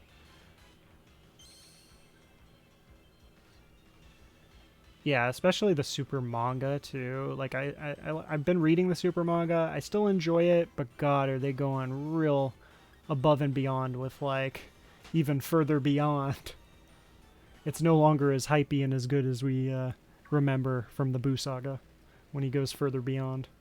Yu Yu Hakusho is an oldie but a goodie. No, for sure. I've rewatched Yu Yu Hakusho a couple times. Yu Yu Hakusho, I actually own the manga set for the longest time. I sold it, I want to say a couple years ago, but I read that numerous times. Yu Yu Hakusho is great, and I'm very sad about Hunter x Hunter because I love Hunter x Hunter. For the creator of Yu Yu Hakusho, he's the one behind Hunter x Hunter, but unfortunately, he recently has been having health issues, and he's not able to draw. So right now, we don't know if he's going to continue the series. So that's very disheartening. And I really hope that he decides to just outsource it or like at least outsource the illustrations and continue the story. Or at the very least, get his wife to do it. Because his wife is the manga creator for Sailor Moon. So like she can obviously do his art. So I really hope that, we get to continue Hunter x Hunter. Switch Online is back up. All right. Cool. So we'll jump in then in a few encounters here. I'm going to get to 700, and then we'll go ahead and do some more Dynamax Adventure. Let's see. So I take it that you just don't like classic animes for the uniqueness. Yu Yu Hakusho is my top 3. Yeah, it's definitely a good one. Yu Yu Hakusho, Rurouni Kenshin. I love Rurouni Kenshin. I actually used to cosplay Sanosuke Sagara from Yu Yu Hakusho. He was like my favorite character. Or, I'm sorry, not Yu Yu Hakusho, Rurouni Kenshin. Rurouni Kenshin. Don't flame me. I know. I know the difference. But yeah, I loved Rurouni Kenshin. I read that manga too, and I watched that series a lot. Yu Yu Hakusho was around the same time as that, so I would watch both of them and read both of them, and it was great. Cowboy Bebop. Obviously, Cowboy Bebop is a classic and amazing.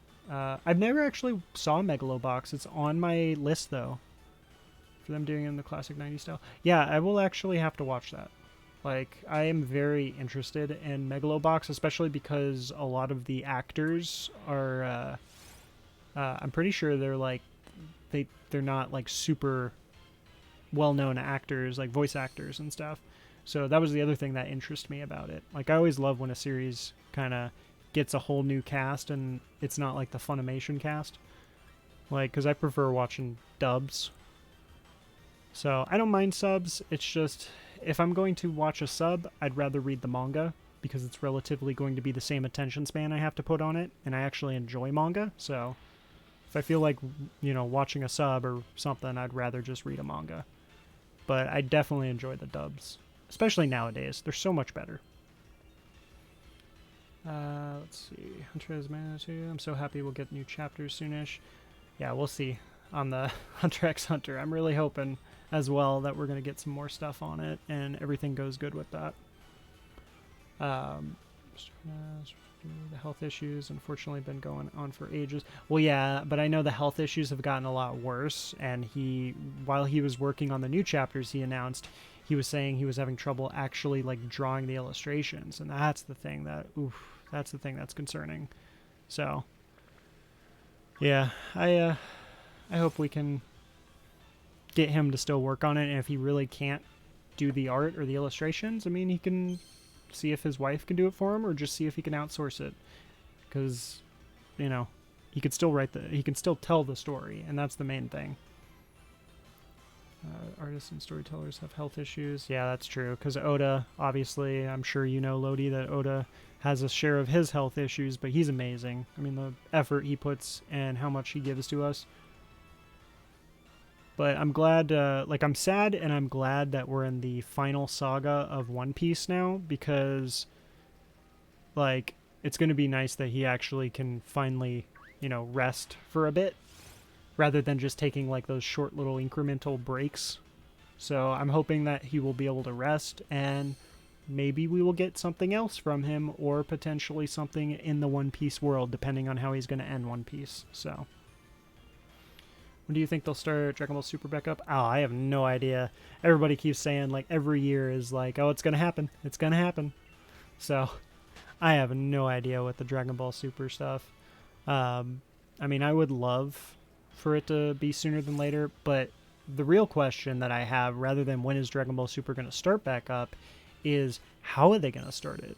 Because are they going to follow the manga? Because, like, as of right now, the new movie technically takes place, like, after Brawly Saga, obviously, and then also, I believe it was after even the Moro arc, supposedly. So are they going to pretend that the Dragon Ball Super manga is in a universe of its own? Or are they actually going to tie it in? That's the thing that I'm curious about. Alright, so we reached 700, no shiny. So I'm going to go ahead and give out the predictions. We're going to head back over to Dynamax Adventure here. Alright, let me fly away. Let's see, Dynamax Adventure. There it is. Okay, let's see. He said a little while ago that he has been working on 10 new Hunter x Hunter, so we should have them next year at the latest. Yeah, that's what I'm hoping. I've been holding off on the manga.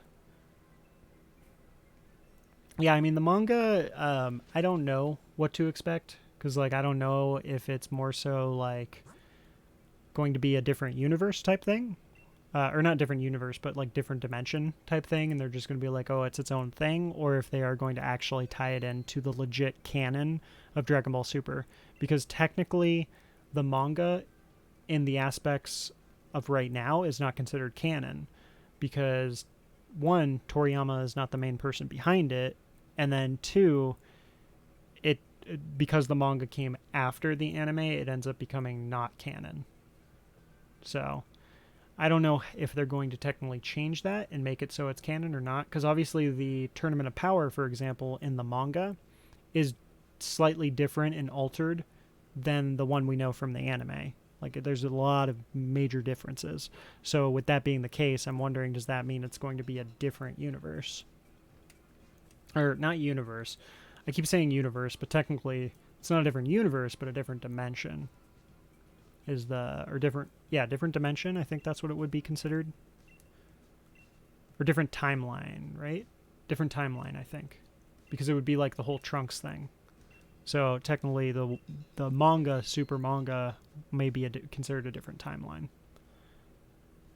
It should be around 2 to 3 more years of the series for One Piece. Yeah, we're still going to get a good amount. Like, because he said saga, not arc. So sagas in One Piece are pretty crazy. Like, technically, Oda considered the saga for Kaido was it was the start of Dressrosa. And Dressrosa was literally 10 years ago. So, like, it probably won't be that long, but I'm sure we're probably going to get 3-5 years, maybe even more of One Piece. But it's still the factor that we're going to finally get answers.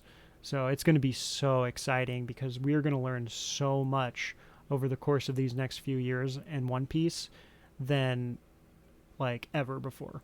So, all right, but we are going to go ahead and jump into Dynamax Adventure. So anybody is welcome to join here. Code is 8569-8569. Or you could do !join as well. Oh, you know what? Let me change our counter. Still got our Psyduck. Oh, that looks weird. There's a... let me get rid of the auto counter, and then get rid of the Psyduck. Pop up our Rayquaza. All right, there we go. So we're going to go ahead and jump in here. So anybody's welcome to join. Code is 8569-8569. We are going to go ahead and start a prediction here. So, let me see.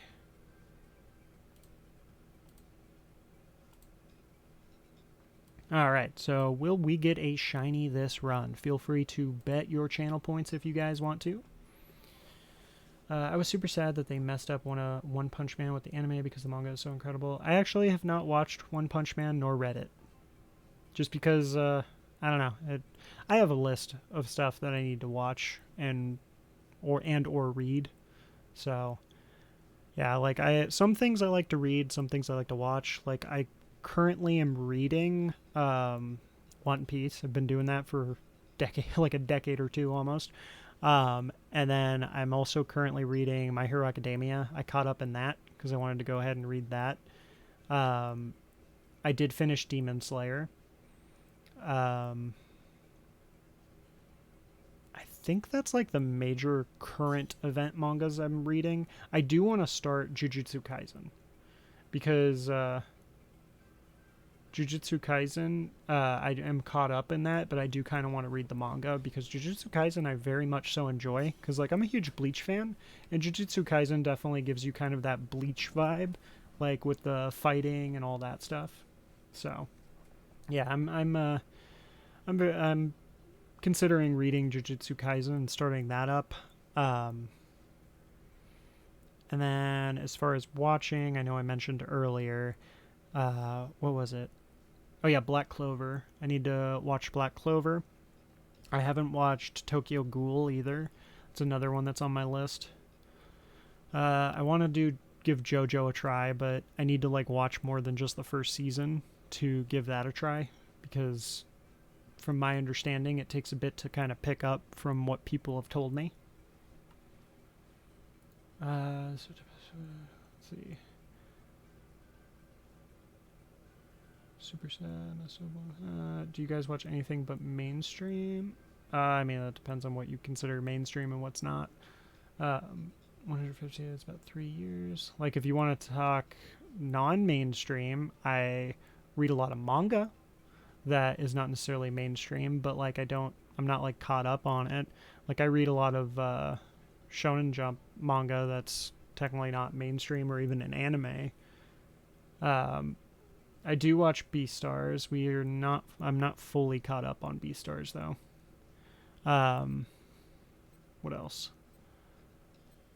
Yeah, I mean a lot of the like I like Castlevania on Netflix. That's kind of mainstream though, I would say maybe because it's Castlevania. So yeah, Beastars is good. I actually don't mind that, even though I'm not like into the whole furry thing. To each their own on that, but yeah, I'm not big on the whole furry scene. Oh, I disconnected you, him and Queso. Aw. Well, hopefully this run doesn't take too long so you can join us then. I'm reading about 200 mangas right now? What the hell, Lodi? How? Like, how are you keeping up with all that? Oh, that's crazy. Is this like the same exact run we had before we DC'd? What the heck? Oh my god, it is. Oh, because we had to restart. Oh, I forgot. That's so weird. I completely forgot. Let's see. Well, that sucks because this run sucked. Let's see. Beastars is really good. Beastars is amazing. I think we have 3 episodes of Beastars left in the season. Yeah, something like that.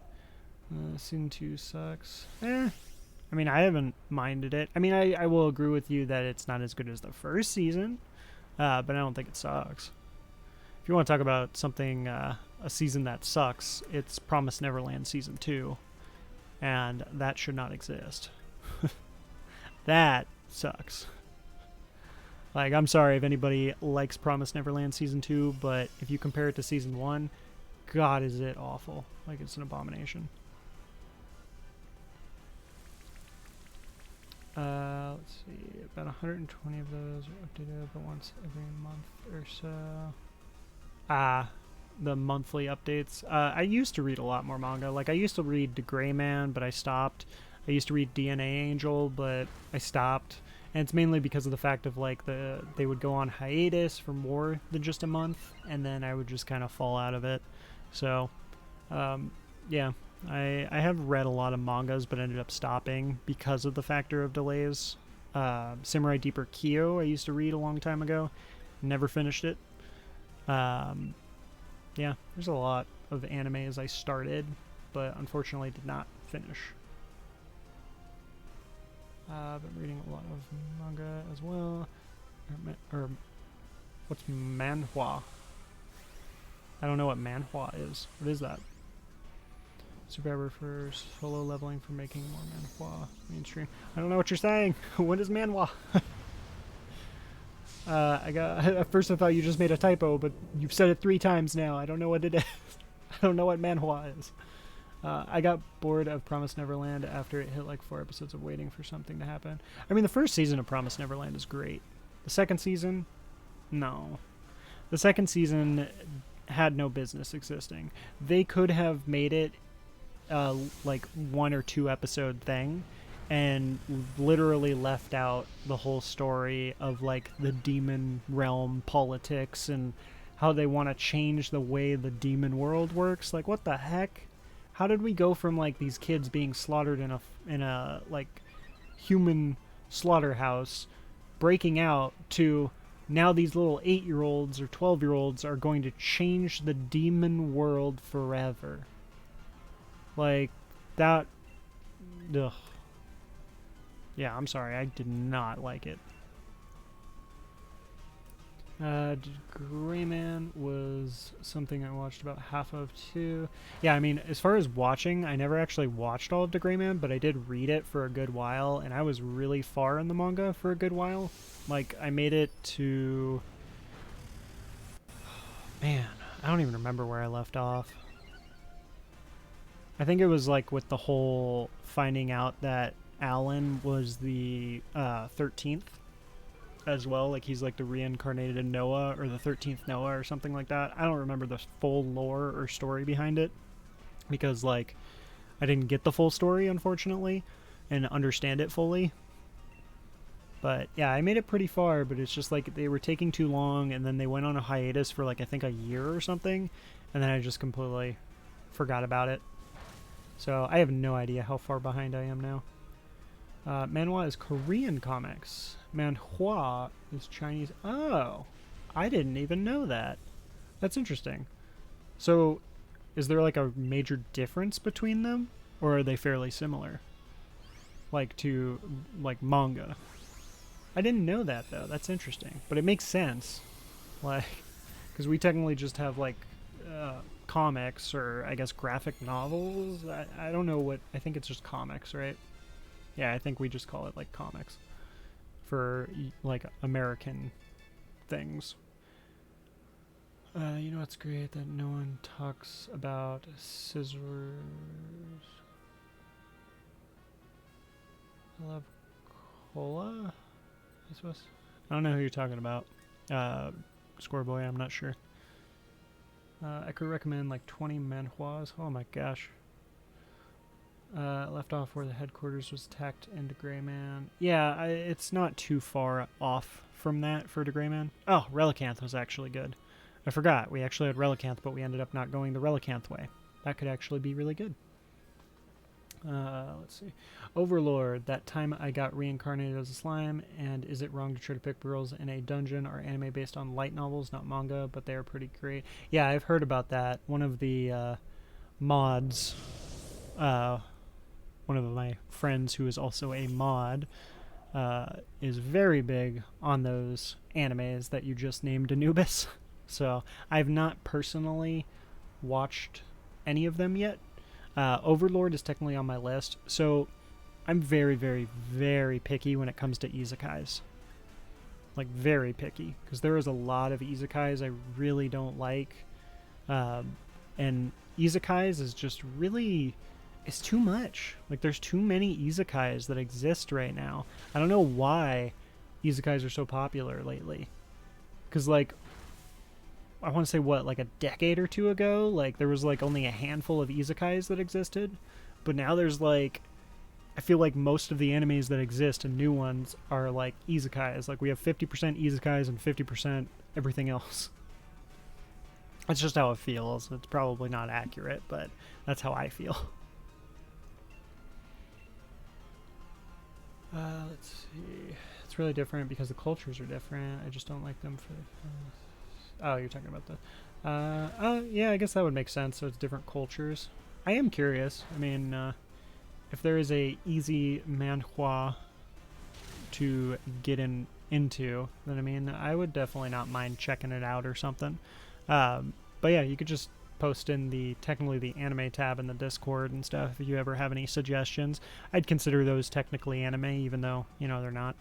They're considered, you know, something different.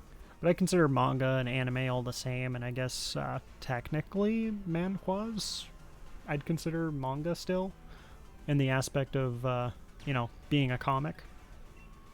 As long as it's not an American comic. Not that I don't like American comics. I love American comics, but I am so superheroed out with Disney Plus. Like, I can't do any more Marvel for a good while. Let's see. Isekais and fan service ruin a lot of stories for me. Yeah, isekais are very hard for me to get into. Prefer a highly low quality anime like we do with Healers Love. Konosuba. Yeah, Konosuba. I liked Konosuba. That's a nice, like, really relaxing watch. They have a lot of signature, but the stories are fun and the characters are great. Like, I don't mind fan service. It doesn't bother me much. But, like, I'm never going to watch an anime for just fan service, because, like, yeah. But usually those type of animes, like Konosuba, for example, those are like the perfect animes where I can just kind of put on the side while I'm working on something or doing something. And I love those type of animes that I can just have on the side. Because it's nice to have those animes that you really have to, like, get enthralled in, but it's also nice to have really good animes that you could just kind of have in the background. And Konosuba is like one of the premium animes you can have in the background while you're doing stuff. So that I'm a fan of. There's a guy for a vending machine that gets it's getting an anime. Big boom in Japan, lots of wanting to escape from reality.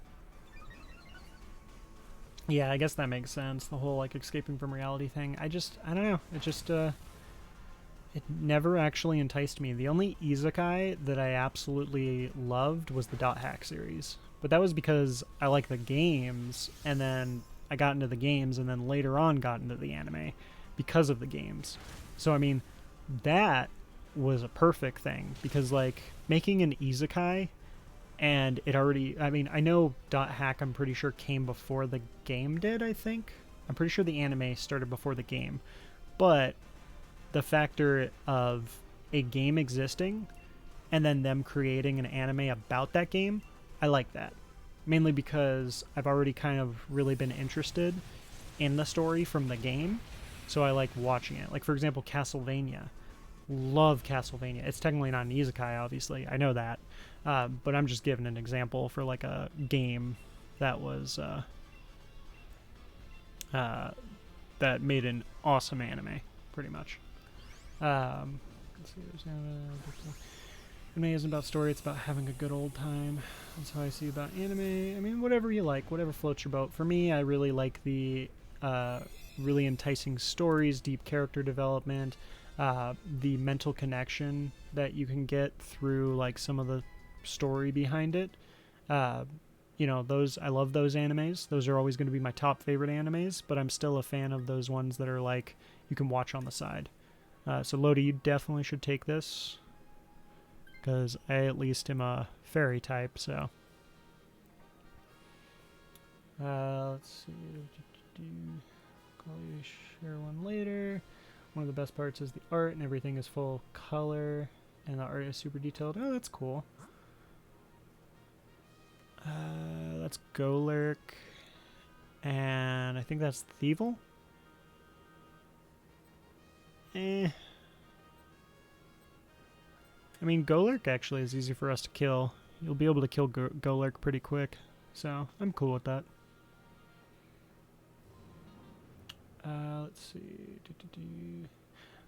That is interesting, though, by the way, Lodi, that it is full color. That actually does interest me, because I always enjoy, like, the full cover pages in manga.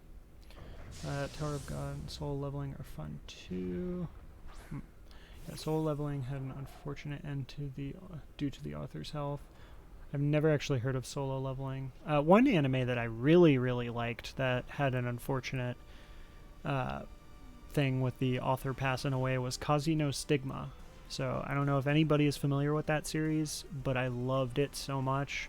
It was definitely shonen type anime, but Kazi no Stigma was very cool to me, and I was so sad when I found out that the author passed away, and that's why they just stopped the series. So, but yeah, there's a lot of good animes out there that had unfortunate ends like that.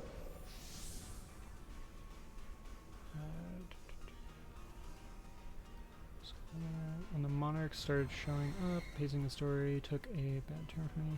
Have I played Dragon Ball Z Kakarot? Yes, I have played it. I have 100%ed it, and I have all the trophies. The only thing I have not done is the DLC. So yes, I enjoyed it. It kind of lacked some endgame stuff for me, but as I said, I didn't have the DLC, so maybe that added some endgame to it that made it worth playing more. But it was like one of those things where I put in, you know, maybe 40, 50 hours of gameplay and 100%ed like the base game. And after that, you know, that was it. I wasn't really, there was nothing enticing about it after that, and I haven't played it since. It was enjoyable, but I really like games nowadays. Like, as I've gotten older, I enjoy games that I can get a lot of playability out of. Like, for example, one of my favorite series of video games to play is Monster Hunter, which I've expressed before. And Monster Hunter has so much gameplay. Like, I have put in, I don't know how many hours in the Monster Hunter franchise. I'm sure well over 1,000 hours of gameplay throughout all the Monster Hunter games. So I like games like those a little bit more. But I do enjoy the occasional anime games and stuff. Just not as much as I used to, unfortunately. Because of that reason, they just don't have as good playability at the end game. The author I just wanted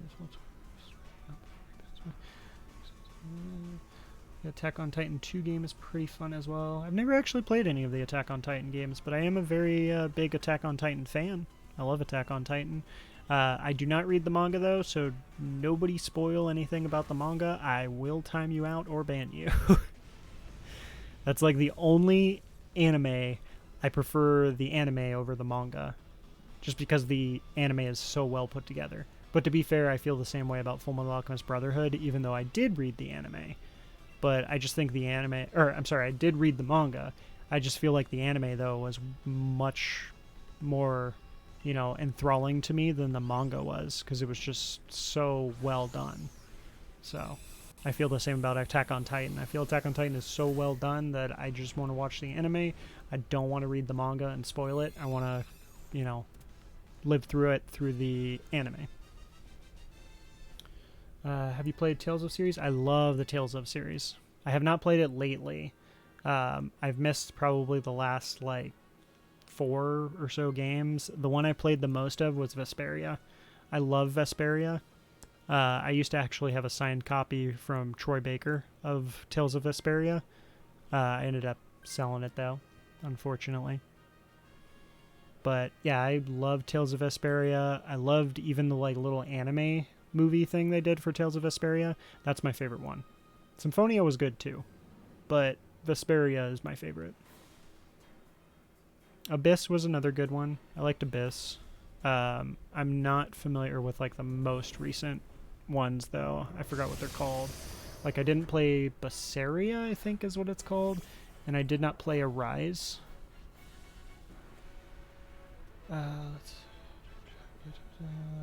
Monster Hunter combat is kind of confusing. It definitely can be.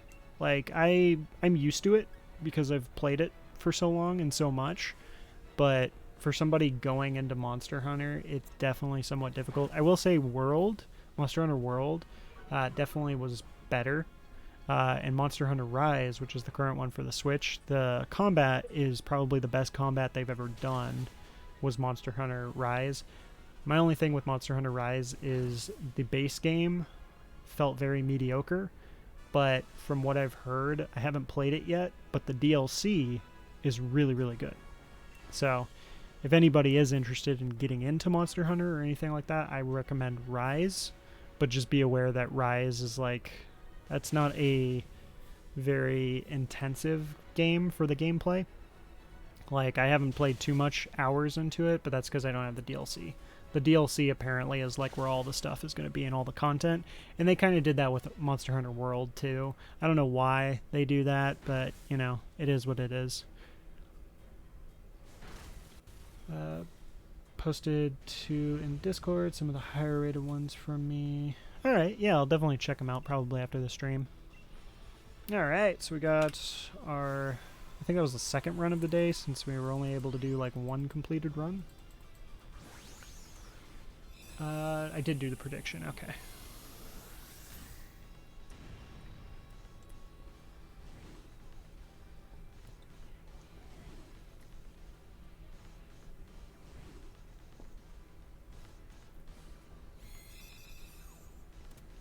Hey Sloth, can I get on the next one? Yeah, definitely.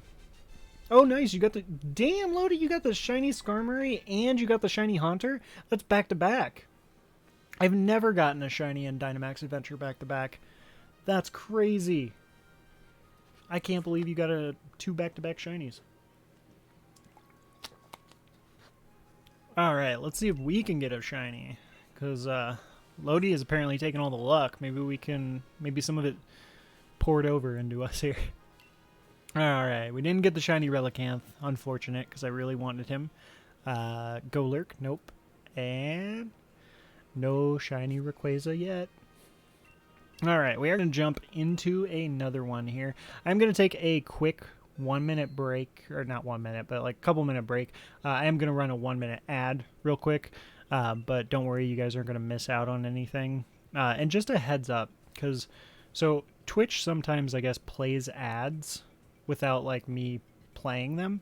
So if that ever pops up where an ad pops up and it's like in the middle of me playing a game, let me know in the chat so I don't end up like talking and then like half of you guys miss stuff or something because of the ads. Because it's always, yeah, it's always random. So usually if I manually play the ads, it won't play any, but sometimes Twitch will just play them if I don't play them. It's weird. So just giving you guys a heads up. But I am going to play an ad while I'm away. I'm just taking a quick break. It'll be like a few minutes here. I'm going to prepare the room, but I'm not going to open it. So I'm going to grab some, yeah, I'm going to grab some water. And then I am also going to use the restroom. So I'll be back in about a few minutes here. Alright, let me see. I always vibe until it passes. Well, I mean, just let me know if it ever does pop up with an ad for you guys, because, like, I hate to be talking and, like, in the middle of saying something, and then you guys just don't even, you know, the ad plays and then you miss out on it. So if you let me know, then I'll, you know, go back to it on whatever we're conversating about. But yeah, I'll be back, guys. I'm going to play a quick ad while I'm away, and then we will jump into another Rayquaza run.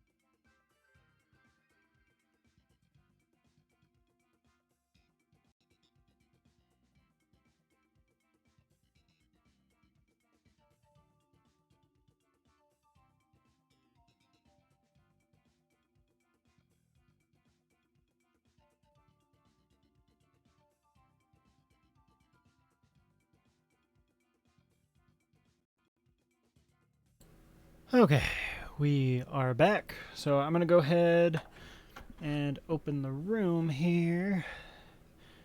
And then, oh yeah, let me go ahead and distribute predictions. We unfortunately did not get ourselves a shiny, so no shiny last run.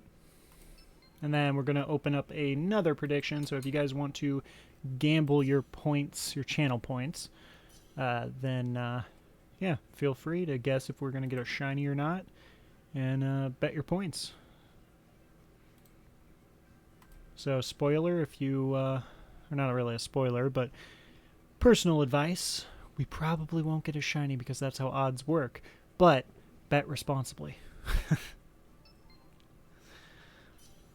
And don't gamble real money unless you can lose it. Alright, we're going to go ahead and jump in here. Alright, let's see. Ugh, I don't like any of these. I'll take Musharna, though.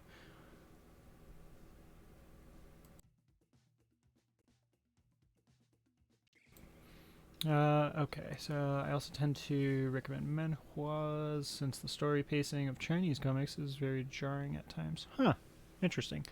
Oh, hey, Comfey is not bad.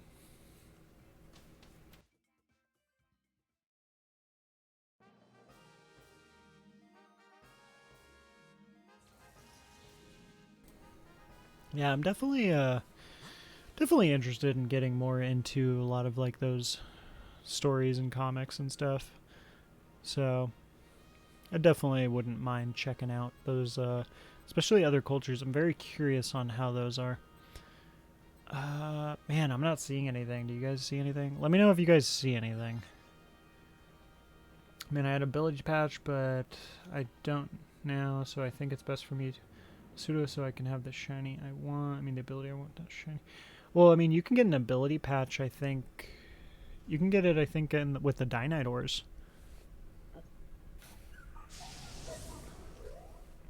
We have Wiggly last row. Hopefully it is the way we went. I do actually love Lilligant Shiny. I would not mind taking that. Yeah, 200 Dynamax. Which, I mean, to be honest, with how much we been doing these, I mean, you guys should be able to accumulate those pretty easily. That way you guys can accumulate it and be ready for when we start doing those theme battles with the typing battles, which, just a little heads up, if anybody is interested, we are in the future going to be doing theme battles. We want everybody to participate, or as many people as possible if you want. Otherwise, you're more than welcome to watch, but we will be doing it in the Discord. I'll be announcing some of the stuff like this weekend. Probably not going to like set anything in stone this weekend, but just to get an idea of how many people want to participate. But here is the Discord for anybody who does want to join, and that's where I'm going to be posting any type of events or community things we got going on. This Kyogre hunt is unforgiving. Oh man, you're doing the Kyogre hunt? Yeah, we'll be joining you soon. Hopefully soon. I don't know why I'm saying soon. We're on 163. It's got to happen eventually, right? We got to get our shiny. But yeah, we will be doing Kyogre runs eventually once we get this shiny. A fly just spawned on my computer out of nowhere. What do you mean a fly spawned? I don't think that's how that works. You mean a fly flew on your computer? If your computer is spawning flies, then you might want to clean your computer and check your computer. Scoreboy. Another question, if you thought about it, will Dynamax be allowed? Yeah, Dynamax will be allowed. So, I think Dynamax should be allowed. I don't know about Gigantamax. I'll have to see about that. Just because, well, I don't know. We'll see. I don't know if we're going to allow Gigantamax, but we would allow Dynamax for sure, because that's one of the major things with this. Let's see. There we go. Awesome. I've been getting lots of shinies, just not the whale. Aw. Well, at least you're getting a good amount of shinies. I think we're probably about odds, normal odds with our shinies. So we're not getting like a ton of shinies, but we're not getting like that little of shinies. If that made sense, I don't know words.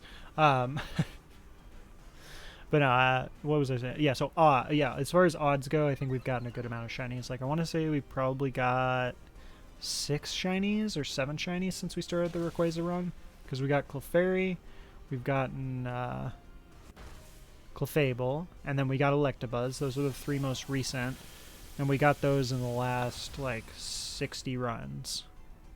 And then I don't know what else I've gotten shiny these runs. Everything's starting to blend in at this point.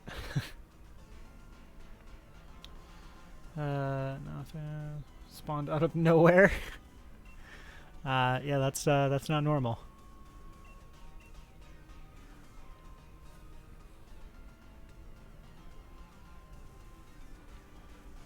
Alright, I do know I like Lilligant's shiny, but I actually don't remember the color scheme behind it. Let me see. Lilligant's shiny... Yeah, it's pink. It's like pink and pastel colors, so it's a very nice shiny. Very, very nice shiny. We will catch they with a heal ball.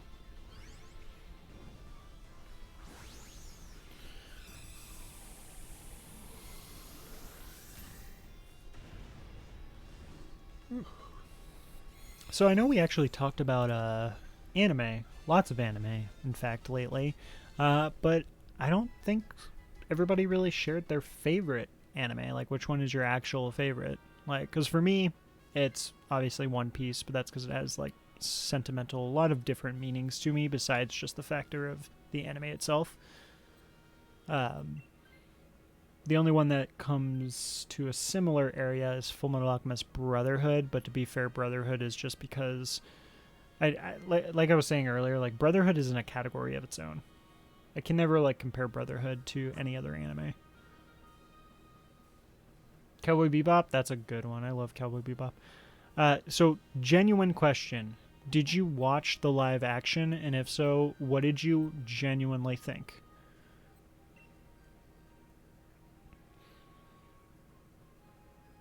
Yu-Gi-Oh! Really? Wow.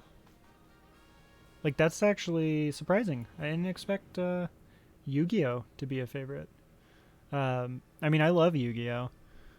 But yeah, no, that's surprising. I actually really want to watch some of the newer Yu-Gi-Oh! Series because I've heard like they're actually really good. Like the ones that have nothing to do with 4Kids because 4Kids is gone now and non-existent. Like a lot of the Yu-Gi-Oh! Series, like the newer ones, supposedly are really good. So I have actually wanted to give them a try because I only watched like GX and a little bit of 5Ds, and then after that, never really got into it. But I do love the original Yu-Gi-Oh! Is that the one you're referring to? Just the original Yu-Gi-Oh! Is your favorite, or Yu-Gi-Oh! As a whole? High Score Girl? I've never actually heard of that one. Slayers. Man, you guys are picking some really interesting ones. Slayers is cool. I like Slayers. One of my favorite voice actors did Slayers. Crispin Freeman, who's also the voice of Itachi, but he's really interesting guy. If anybody is into voice acting, I highly, highly recommend his podcast if you ever want to do voiceover. After they did it with Death Note, I had an interest in it, but so with the Cowboy Bebop live action, I don't think it's as bad as it was expected to be. The only thing that was awful to me was the editing. A lot of the editing in it was really poorly done, and I think the introduction to Ed was god-awful, and not the actor. I don't think the actor did anything wrong. Like, she was fine. But the way that they edited her introduction literally looked like it was like a really, really, really poor Disney Channel edit. It was awful. But as far as like the actual actors, I think all of the actors were fantastic. They stayed pretty close to the story. And though it's definitely, not something I would like be all like, oh hey, I'm gonna watch this, like, or rewatch it. It wasn't as bad as I thought it was gonna be. Like, I'm actually excited for the One Piece live action because seeing the stuff they've been doing with it, it actually looks good. The issue with the live action was the fight scenes with Spike weren't as good. Yeah, exactly. That was like my only issue, was like the editing for those fight scenes, and some of the stuff was really bad. But I mean, the actual like staying true to the story, fantastic. The casting, fantastic. Like Faye that was the best casting for Faye. I think she was amazing. Like even in real life, she has that Faye attitude. So like that was wonderful casting on their part there. It's time to duel. So I'm assuming you like the original Yu-Gi-Oh series there. Ivysaur is a great mid-evolution. Grovyle is pretty good too. That's, you know, as far as like mid-evolutions, I don't know who I like the best. You know what? Never mind. I like Marshtomp. Marshtomp is always my favorite. He looks so derpy. Like, I don't know if you guys have seen the episode of Pokemon Journeys with Marshtomp, but it is absolute gold. It is hilarious. So, Marshtomp is my favorite. They're making a live-action Yu Yu Hakusho as well. Yeah, that one, I did see the casting on the Yu Yu Hakusho one, and that one doesn't interest me as much. The One Piece one looks pretty good. The casting's not actually that bad. The thing that I love about One Piece is all of the characters throughout One Piece are based off of like different ethnicities and different like or rather different nationalities and cultures and everything, and they actually casted a lot of them correctly with the correct cultures and nationalities. So I was like, oh my god, this is legitimately could be an actual real life One Piece, and the amount of money they're putting into sets and stuff looks fantastic. So it's the first time I've ever been truly excited for a live action and hoping that it turns out good. Let's see. Oh god, no, Yu Yu Hakusho. Leave Yu Yu Hakusho alone. Yeah, I love Yu Yu Hakusho. I don't know how I feel about the live action. The casting for it is weird for me. Like, I kind of wish they kept the casting that they had for the Japanese one. But of course, it's not a Japanese live action Yu Yu Hakusho. So, yeah. The Japanese live action stuff is great. Like Death Note, for example. The live action Death Note, I highly, highly recommend. Not the Netflix whitewashed one where that is just awful. Don't watch that. But the actual Japanese Death Note live action is fantastic. Like, I remember going to see it, and I went with people who did not like anime or like are really interested in anime, and they were genuinely enthralled in it. So very good, and I highly recommend it. But to be fair, Japanese live action animes obviously are going to be better because they're coming from the correct place, you know, the correct culture and the correct, usually the same creators. So yeah. I'm still waiting for a live action Avatar. Yeah, no, we already have a live action Avatar. In fact, we're going to get a second one. It's what's the name? By James Cameron. Last name. Yeah, no. That doesn't exist. That'll never exist. Let's not talk about that. What was Oh, you said Clefable. Yeah, that's Clefable, or not Clefable, Wigglytuff rather. Yeah, we go there. The only thing I probably won't like is that One Piece is meant to have the characters be characters very over the top. Yeah, which is weird to do. Like, yeah, I know, with the laughs and stuff. That will be interesting. Who am I? I'm Musharna. Ugh. I guess I'll take Life Orb. Life Orb doesn't seem good, but Eviolite literally does nothing. Even if I take the Wigglytuff, it does nothing. Yeah, but the only live-action Avatar... Yeah, the only live-action Avatar is the one by James Cameron, and it's the one that we are actually getting a second one, too, finally, after, like, more than a decade. So, outside of that, doesn't exist. There's two live-actions that do not exist, and that is the Dragon Ball live-action and the Avatar live-action. I think Galarian Persian has an ice move. Oh, does it? What does it have? Plus the expressions. Yeah. Well, I mean, obviously we're not going to get the expressions, unfortunately. I mean, we still technically could get some of the over-the-top stuff, you know, for the One Piece. Like, I think that... Like, I think that they could pull it off, and, like... I don't think it would look too weird. As long as they stay true to it, is the problem. Like, if they decide to make one over the top and then they don't stick with it, then it's just going to be like, that's weird. But if they actually keep that vibe, I think it could work.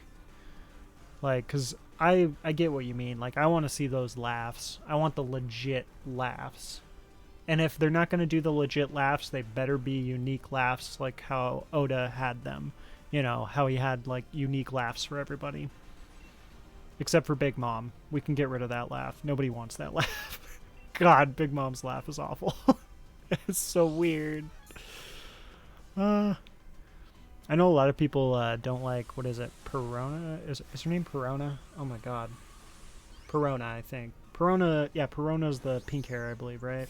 I think. It's been so long since I've seen her. But I love her laugh, and a lot of people think it's really annoying, but I actually like it. I was excited for the new Alab, but the creators jump ship. Oh, Avatar Lesser Blender. Okay, not to lower its stats, by the way. Oh, I didn't... Was I lowering its stats? I don't even know. I wasn't paying attention to what I was doing, to be honest. And I dropped the ball. Hopefully Netflix picks it up and does it justice. I don't know. Honestly, Netflix and... I don't know. Netflix live actions have not been it. Like, not at all.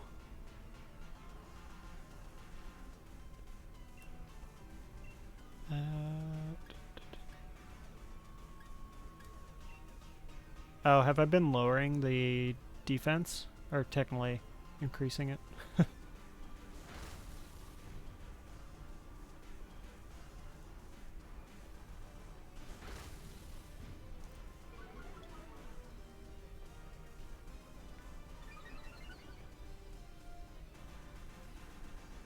I mean, the problem is like all of us have like reducing stats, stat reducing moves.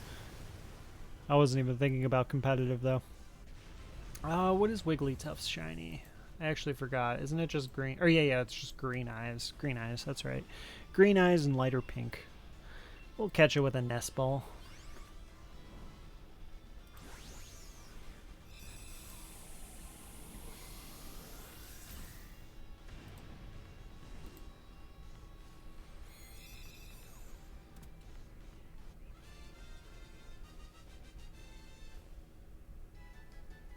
But yeah, as far as like live actions go, the only live actions I've truly enjoyed have been usually the ones that are actually done in Japan. Like the one I really haven't watched though, I haven't watched the Full Metal Alchemist one that's on Netflix, but that was obviously, you know, it's Netflix, but it's not Netflix because it's not US based Netflix. I haven't seen the Full Metal Alchemist one, and I have not seen the what's the other one? Bleach. Bleach looked really good. So both of those live actions actually looked interesting. We do big damage. What is forewarned? Wait, what is forewarned? Oh, it just tells me, like, it tells us one of his moves. We don't need that. I was all like, oh, what's my move do? That is useless. This moves, power goes up and damages. I see what you mean. Yeah, I'll just have to set the train.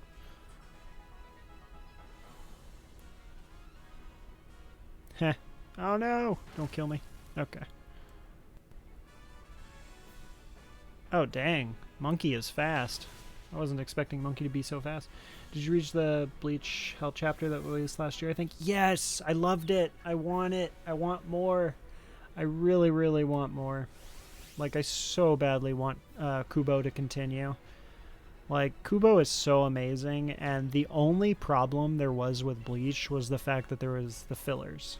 It's what turned a lot of people off to Bleach, and if you weren't a manga reader for Bleach, I can understand, like, why you don't like Bleach, because the fillers, Bleach has the worst fillers in all existence. I hate Bleach's fillers, and they're absolutely ridiculous. But Bleach itself is amazing, the manga is fantastic, and God, I love that Hell chapter where we get to see, oh God, I can't even remember his name, and if I even try to say it, I'm going to butcher the hell out of it, but the pink-haired Arankar. Sazala? I don't remember how to say his name. But you know who I'm talking about. Why is my monkey so fast? Yeah, I don't know why the monkey is so fast. I was like, what? That was interesting. Monkey very fast, 45%. I think the rest of us are just slow. Yeah, that's true. Sael Aporo, I think. Or something. Yeah, I don't know. Cezaleo Aporo, I think. I don't know. All the Arankar's names are in, like, Spanish, I believe. Yeah, they're in Spanish. So, Cezaleo Aporo, you might be onto something there. I don't know. To be honest, I'd have to look it up. Like, but you know who I'm talking about. Yeah, that was cool. We got to see him come back and stuff, because he was a legit scary, like, one of the Espada. I really liked his character in the Espada. Like, obviously, Halibel was awesome. Grimjow, awesome. But, like, we already had them come back, and they ended up being good. I didn't mind Lucoria, but he was kind of like, I don't know. I wasn't a major fan of him. I preferred Grimjaw or, what was the other? Oh, yeah, and Stark. I love Stark. Stark was a cool character. I'm sad that he just died. The captain on Hell, like, what? I need to know more. Oh, yeah, the captains and stuff. I know, there's so much that we didn't get. But, like, people were saying that Kubo was going to come back, and he was going to do the stuff, and then we haven't heard anything since, but then we heard about the 1,000-Year Blood War arc. So I'm hoping that what is going to happen is we're going to do the Blood War arc. People are going to get super hyped up for it, get really into it, and people who were not originally Bleach fans are going to, like, actually watch it, and then that entices him to continue Bleach, because I would love it to be continued, and it's a great story. It has great characters. Like, Bleach has some of the best characters in the anime. Like, they're just such hyped characters. They're very hypey characters. Gotta go catch a showing of Superhero. Alright, no worries, Ham and Queso. Thanks for stopping by. Hope you enjoy the movie. I have to see that movie as well soon. Alright, we are at 164. Everybody knows 64 is the best number because it's one of the best Nintendo consoles in existence. But this is the number one and 64. Nintendo 64, and this is number one.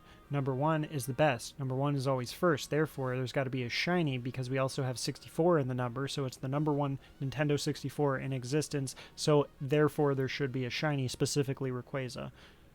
Go. Lilligant. No. Oranguru. No. Wigglytuff. No. Dang it. Alright. That didn't work. Didn't go as I planned. Alright, but we are going to jump into another run of Rayquaza. And, yeah, hopefully, we can see a shiny. Nintendo 64 conquers Bad Fur Day? What's Bad Fur Day? Great speech, yeah. Alright, we did not get a shiny. Let's distribute. Oh, let me go ahead and actually make the room first. So we're going to go ahead and open the room. Anybody is welcome to join the room here. Code is 8569-8569. And we are waiting for that. You don't know Conkers? Let me see.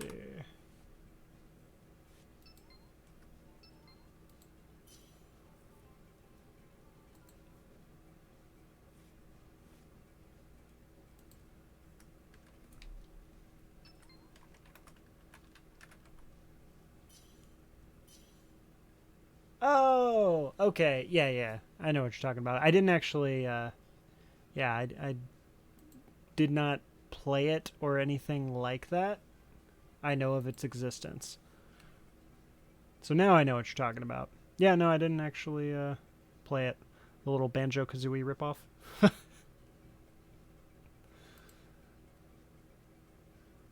Yep. No, I never actually played it. Alright, we are going to jump in. I'm going to start a prediction here. Great rare game. Yeah, I don't know what games I have played. Rare was the king of Nintendo 64. What are some of the rare games that I played? Let me see. Yeah, I do remember Rare, though, in a lot of games. Oh, my bad.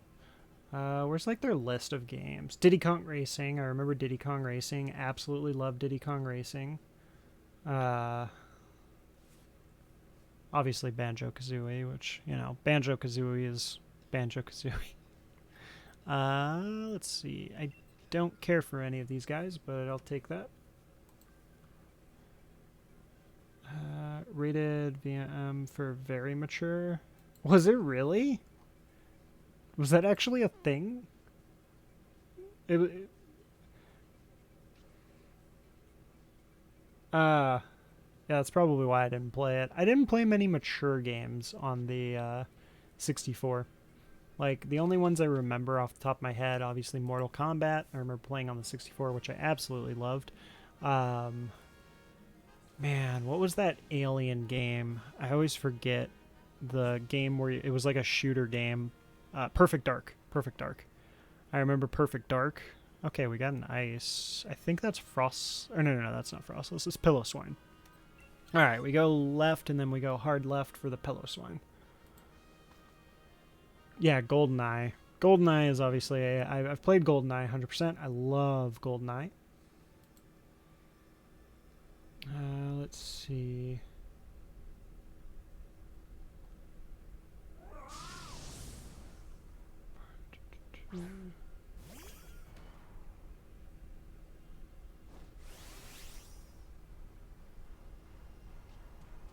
I remember Super Nintendo, like all the Donkey Kong Country and stuff. I remember that for Rare. I'm just looking at, honestly, all the stuff that they made and partnered with Nintendo. Because yeah, I forgot about Rare. Do they even still do stuff now? Yeah, no, they're still a thing.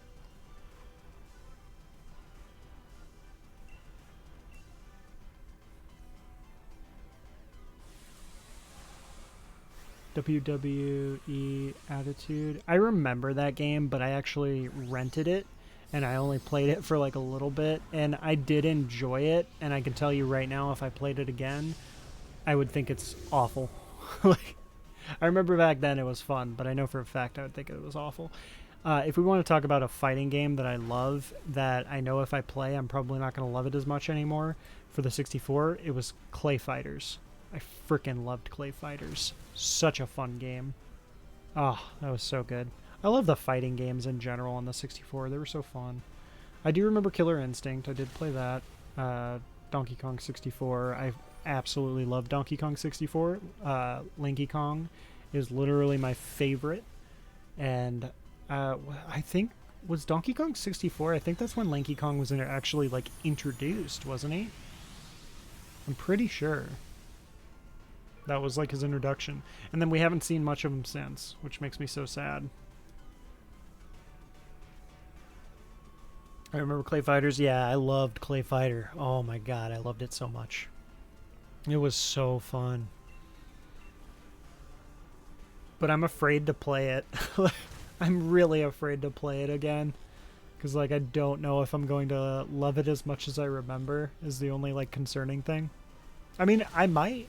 It may be as good as I remember, but I don't know. Grant Kirkhope is one of, if not the best video game music conductor. What did...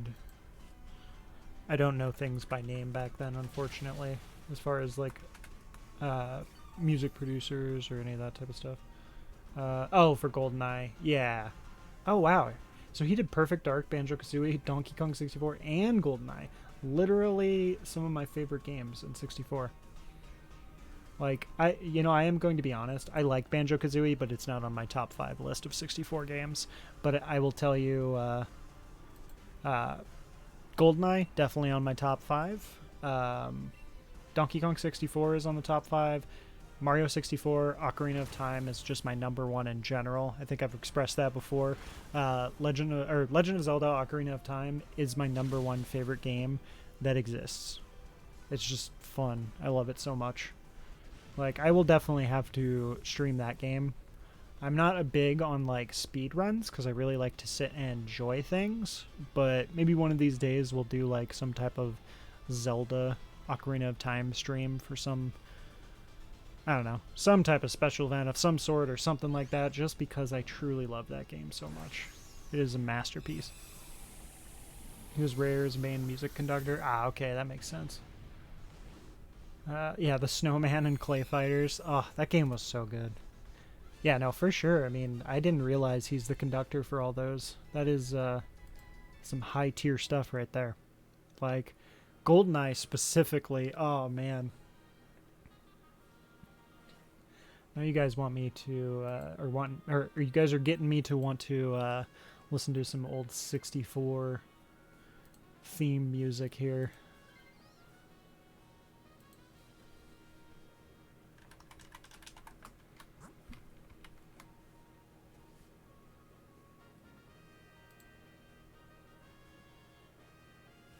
Alright, Pillow Swine, easy.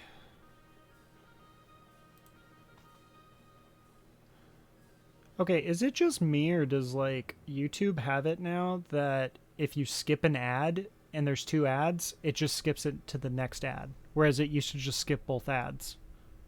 That's a recent change, isn't it? Because I do not recall that. I remember when I skipped an ad on YouTube, if there was 2 or 3 ads to be played, it would just skip them all. I don't know. That's just a weird thing I just noticed because I put on some music here in the background of some good old 64. I have premium. Oh, aren't you hot? Hot shit right there, Lodi. No, I'm just kidding. I'm just messing with you. I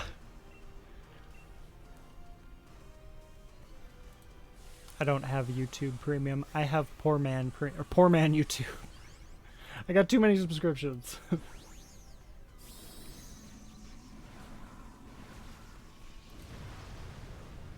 I use YouTube Music, not Spotify. I use Spotify usually. Like, Spotify is usually my go-to. Sometimes I'll listen to music on YouTube. I am a big fan of like lo-fi hip-hop for when I'm just kind of vibing or chilling or relaxing. I love lo-fi hip-hop. Like, oh, it's so relaxing and just nice. And right now I just put on some music in the background. I don't like to play it in stream just because it's annoying to control all of the volumes in the back, and I like to have it so I know everything of what's being played pretty much. I don't want you guys to get like ads or any of that type of stuff, like randomly whispering in your ear. Yeah, I'll play like some music in the background while we're hanging out here. So if anybody is interested, I will post the link here if you guys are interested in some of the stuff I like to listen to while streaming. That's the current video I'm listening to. I listen to this actually quite often when I'm really craving that nostalgia of the 64. I'm sure some of you might even know about that video because it's very popular. But it's got some good classics on there. Also, another reason I don't like playing music on stream is, like, if you guys want to listen to music, I'm sure you'd rather listen to your own music. So that's at least how I feel when I watch a stream or something. Like,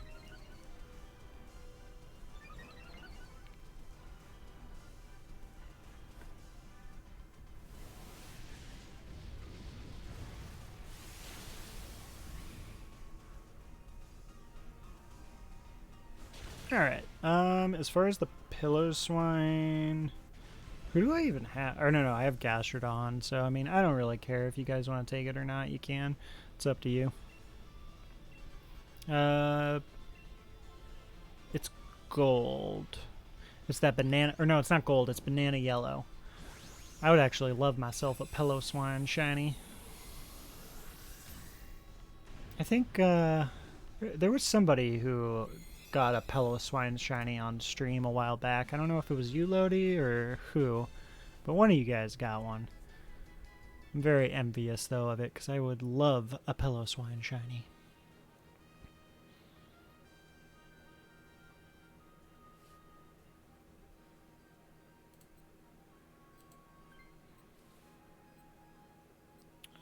Somebody gonna take it? Okay.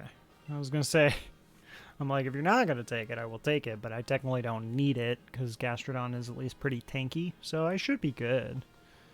Plus, yeah, I got berries right there, so we're good there. What is the last two? That's Grovyle and... What the hell is that? What is the normal? Lanoon for the gamble, I guess. Oh, okay. Oh, you know what? Yeah, I would love a shiny Lanoon, actually. Plus, if I can get a shiny Lanoon, that puts me one step closer to an all-shiny, normal-themed team. Because I would definitely use Lanoon, since he is one of my favorite normal types.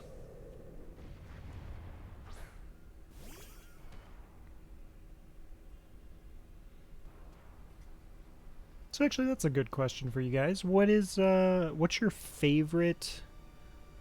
first off, what's your favorite Pokemon type? Like, for me, my favorite typing in Pokemon is Psychic. I think Psychic is the coolest.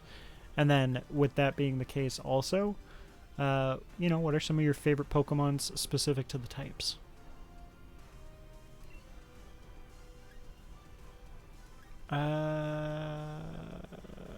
Waterfall can flinch, so probably we should do Waterfall. Mine's Dark. Huh. It's a good one. Dark is cool.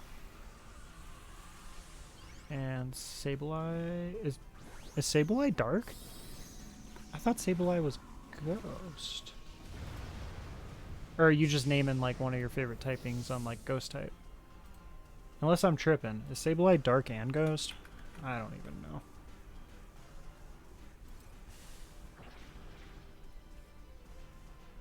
Oh yeah, he is Dark and Ghost. What the heck? How did I forget that? Water and Gyarados? Man, Gyarados always messes me up though because he's flying. Like, why? It's just so weird. Was the original Spirit Tome? Oh yeah, that's right, yeah. An Umbreon, Spirit Tome. Yeah, I mean, mine is Psychic. I mean, my favorites in Psychic, really, I mean, I've said before, my favorite is the, oh man, what's it called? Gardevoir. My favorite's Gardevoir. As far as my other typings that I love in Psychic, I absolutely love, like, Latios, Latias, but that's legendary, so I always kind of count those separate than, like, the regular Pokemon. I do like Glade, though, as well. Psychic, Alakazam. Nice. Yeah, Psychic. I'm a big Psychic fan. I think Psychic is just cool. I always thought it was cool in the, like, original 150. And then when they started coming out with more, like, Psychic just got even more cool to me when they started doing, what is it? Gen 3 specific was when I was like, wow, Psychic is so cool because they did Latios, Latias, and Gardevoir, and Gen 3 is my favorite, so. I'm going straight for Quaxley. You know, funny enough, when it comes to the 3 starters, I do agree with you that Water is my favorite, but I gotta go for my Jalapeno Dial, because Jalapeno Dial looks so cool, and I just love him. Like, and even though I don't take the leaks, like, too seriously, and I usually try to avoid leaks, they did announce, like, or somebody did leak quote unquote, what the typings are going to be for the final evolution on the starters. And if it's accurate, then Fuecoco's typing is very interesting to me for a fire type. So that was another reason I was like, ooh, I got to go Fuecoco.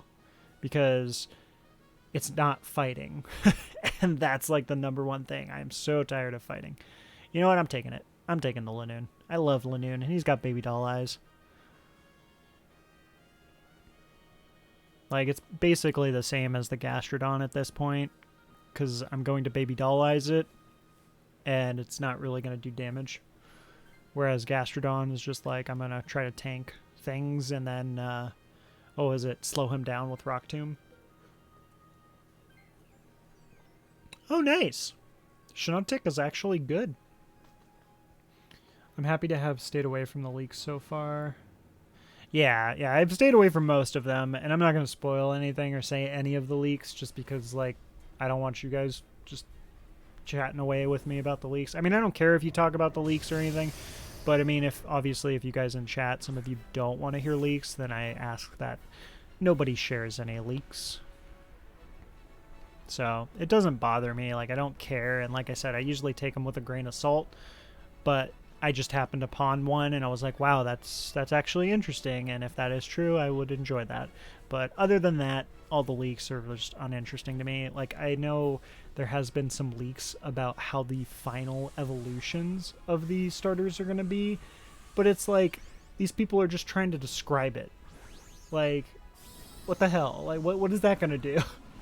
You could describe it to me, but you're literally asking me to imagine it, whereas the actual creator of the Pokemon could have had a completely different thing in mind from the description you're telling us.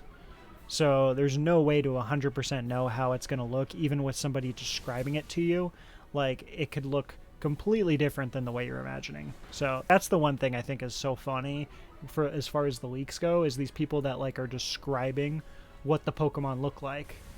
And it's like, what? That's awful. It's like the logic of like a blind person like being like, oh, describe to me what you look like. They don't do that. They feel your face because they want to actually get like the overall. They have to use more than just one sense to imagine how something looks, because that's actually how we are as people. Like, not many people can imagine something with one sense. You generally need two senses. So in this case, to imagine how something looks, for people who aren't blind, you know, you need to see it, and then you can imagine it in your head as well from seeing it, and it develops into the actual image you're looking at. If you are blind, you need to feel it. Just describing something doesn't always work. So, just an interesting little thing that I think is hilarious with people when it comes to like the leaks and like describing how something's gonna look. They don't want to get sued by posting pics. Yeah. No, I know, but it's like you're just describing it to me, though, and that's not going to do much for me, and I'm pretty sure that's how most people are. Because, like, obviously, me describing a Pokemon to somebody who's never seen a Pokemon and then asking them to draw it and asking that to 10 people, I guarantee maybe one of them will get it kind of close from what it actually looks like, but probably not more than that. Because it's a very, you know, it's a very, like, subtle thing when you're just describing it as opposed to actually seeing it. So.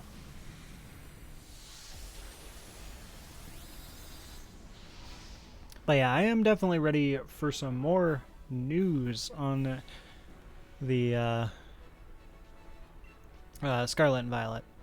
Oh man, this is actually we're all down. I guess I might as well attack just so we can potentially kill it.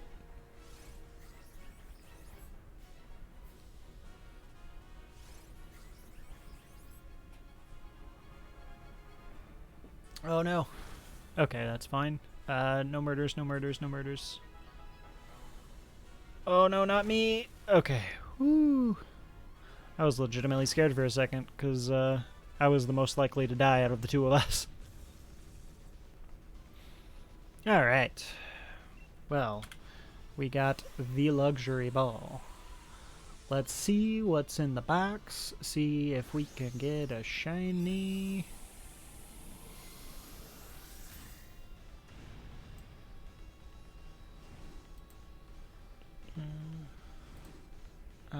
Which legend do I prefer in... oh, Scarlet and Violet. Yeah, I was like, what? SCS? I like Miraidon, I believe is the name of it. The violet one. I like the violet one slightly better. I like both of them. They're both pretty cool, but Miraidon, I'm going to be getting I might actually get both versions, but overall my main one that I'm going to play is going to be Violet for sure. I like the old red lizard. Yeah, no, he's definitely cool. I like him. I like Coriadon. Miraidon? Yeah, that's... Is that how you say it? Miraidon? Miraidon? Miraidon? I mean, I'm assuming it's Miraidon because you're going to ride on it. So I'm assuming it's supposed to be a pun, just like Coriadon, Rhydon, Coriadon. So, alright, let's see if we get a shiny here. Miraidon. Yeah, that was a Miraidon. Miraidon. Alright, so Amoonguss, no. Pillowswine, no. Lanoon. Dang. We're going the distance. Well, at least nobody can say that we are lazy. Because we are going on 166 runs so far for this Rayquaza. This is the most runs I have ever had to do so far for a legendary. And I mean, I know some of you, it's probably like, oh, that's not bad. You probably have done more runs. That's fair. But I'm not used to this. I have the shiny charm. The shiny charm is supposed to bring me the shiny legendary after like 100 runs. This is like almost double what I want. Like, I swear, if we go to 200, I'm going to be just... Oh.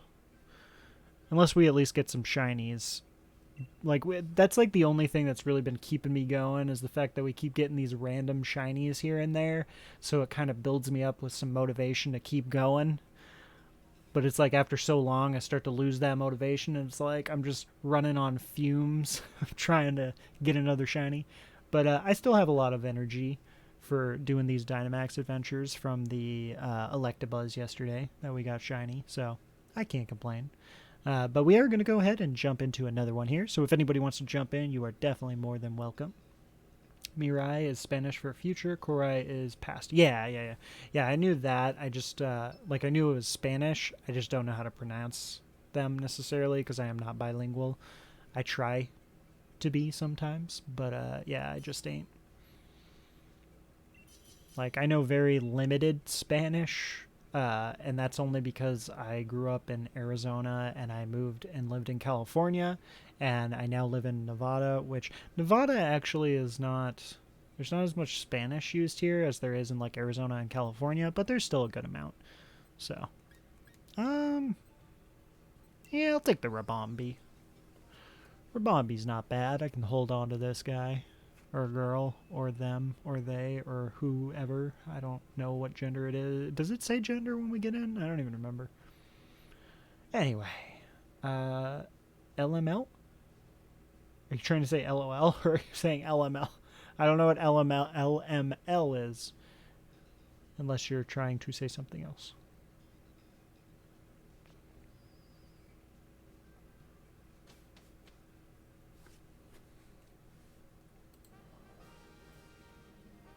Alright, let's see what we are working with.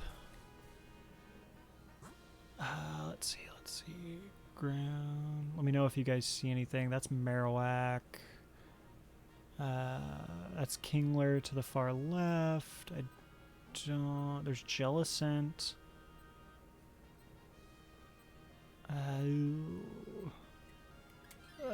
Okay, yeah. I guess we're going this way. That's fine.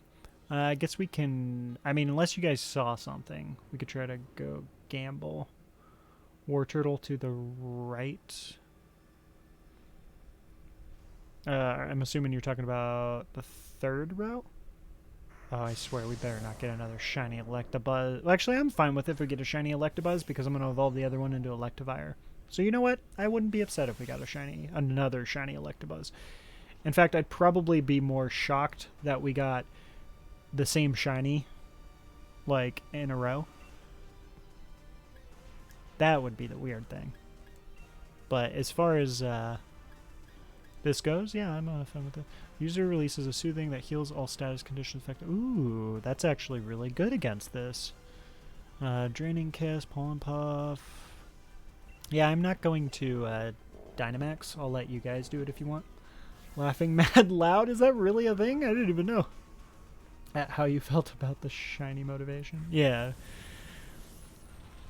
Laughing Mad Loud. I've never heard that. I've never seen the abbreviation for that or heard anybody use that. I like it though. I'll take it. Was the one next to Jellicent? Oh, it was the one next to Jellicent. Oh well. I mean, we could just gamble.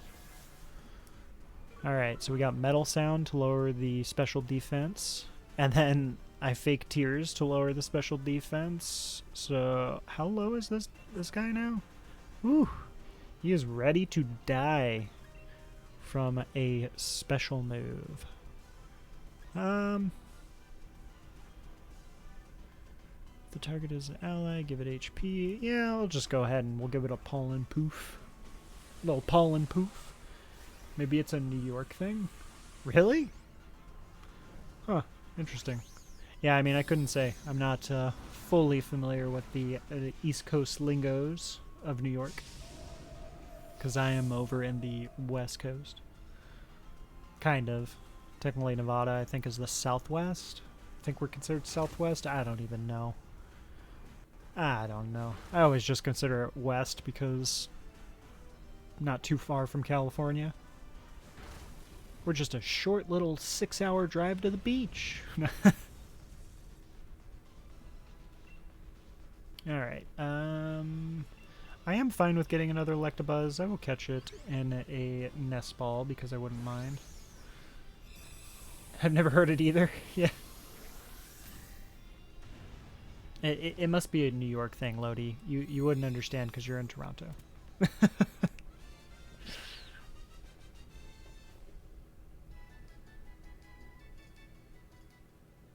Not as bad as Toronto or Quebec. Can't understand those people.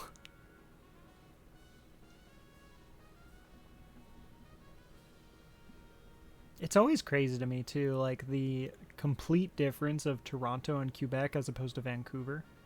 Like, that's the thing that's crazy to me. Let's see. No, I don't need this. At 165, you have a 19% chance to not get a shiny, so not that weird. I understand what you're saying.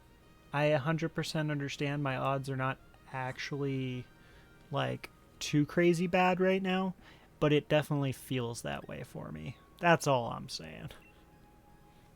Because, like, the Ho-Oh, before this, the Ho-Oh that we got shiny was the longest encounters I went, and that was like 118, which that felt like a bit, and that was a good amount. But we have gone quite beyond that at this point. And then our last shiny we got was literally at number 70, so I was spoiled, I guess.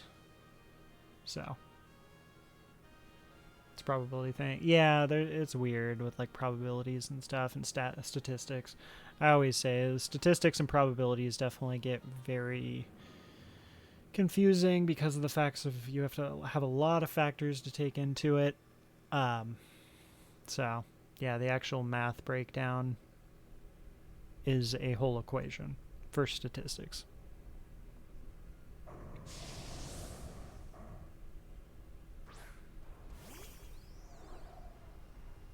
Pretty much you should use the binomial distribution, but it's pretty much 19. Let's see. I think it's just Fake Tears again. Yeah, I'll lower its special defense. But is that just Rayquaza or a shiny in general? Gotta go. It's been a pleasure to hang with y'all. Alright, no worries, SL White. I appreciate you hanging out. hope to see you around here. We will be streaming tomorrow as well. We stream Monday through Friday, start time between 4 p.m. to 6 p.m. Pacific Standard Time. So appreciate you hanging out. Hope you have a wonderful night if it is nighttime where you are. For Rayquaza, because the wording said for one in general.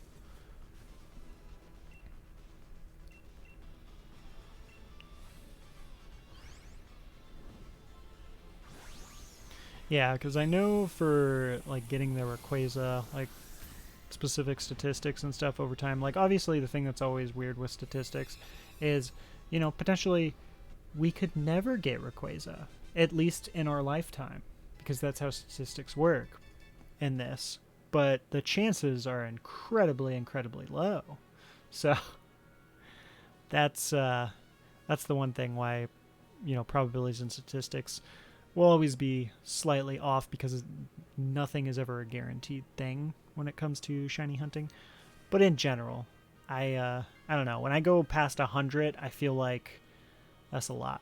Like, but what I'll say is, I guess what I'm getting at is, I don't mind because of the factor of we've gotten shinies throughout time, so that's been really nice.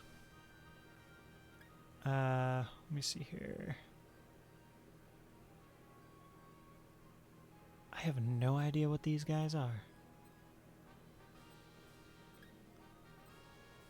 Hitmonchan's got Ice Punch, and we get berries after. Anyway, what was I saying? I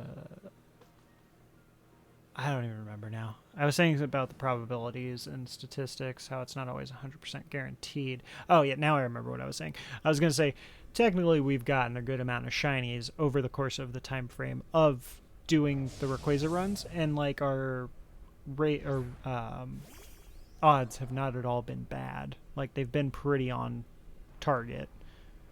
Because technically, I want to say we've gotten a legendary just about every 25 to 30 encounters, and that's usually the average for Dynamax Adventure since we have the shiny charm. So, with that being the case, I mean, I'm not complaining that we haven't gotten the Rayquaza necessarily, just because we've at least gotten shinies. And that's the major thing. You know, obviously you don't do Dynamax Adventure to specifically get a legendary shiny. Like, because if you specifically are just wanting the legendary shiny and that's it, you're obviously better off just doing soft resets, like in a different game or something, to where you're able to do that. So I like Dynamax Adventure because you can do more than just getting like a shiny legendary. You can get other shinies. So this is a lot more fun to me. And yeah, as long as we stay between like the 1 every 30 encounters or something, I'm good. You know, that's why before we got the Electabuzz, I was sad, because we were like 50 runs without getting a shiny, and I was like, oh, this is depressing. Because 50 runs without a shiny is quite a bit. But as long as we stick with an average rate of 30, which I think we have technically, then I'm good. So like, I think we got Electabuzz at 154 or 55. So technically we've done 10 encounters since then with no shiny. So statistically speaking, if I get a shiny at 180, by 180 I'll be happy, or even 185, I'd be okay with that. Now if we go beyond that without getting a shiny, I'm gonna be sad. I'm still gonna work and try to get these shinies and try to get this Rayquaza, but I will be sad. So I find a lot of people have the confirmation bias with how to do raids, saying they get them more often one way or the other, even though the odds don't change. Oh yeah, no. That's not how statistics and that's not how odds work. Like, you can't change them outside of what the game already offers for us with like the shiny charm or something. There's nothing around that. Now, if people think certain rituals will get them the shiny, you know, that's just them, you know, doing whatever they want to do, believing what they want to believe, but it's not true, you know. Like, that's not how it works. Like, oh, if I release this Pokemon, then I will get a shiny eventually. Like, I've seen people do that. I should have swapped there, my bad. No worries. I mean, we're pretty good as far as team-wise. Have we actually had a death? I don't think we did. Let's see. Okay, so we do have all physical damage, so I'm just going to go straight into doing damage, because there's really no point in me fake tiering, because literally the only person that benefits is myself, since all of you guys are now physical.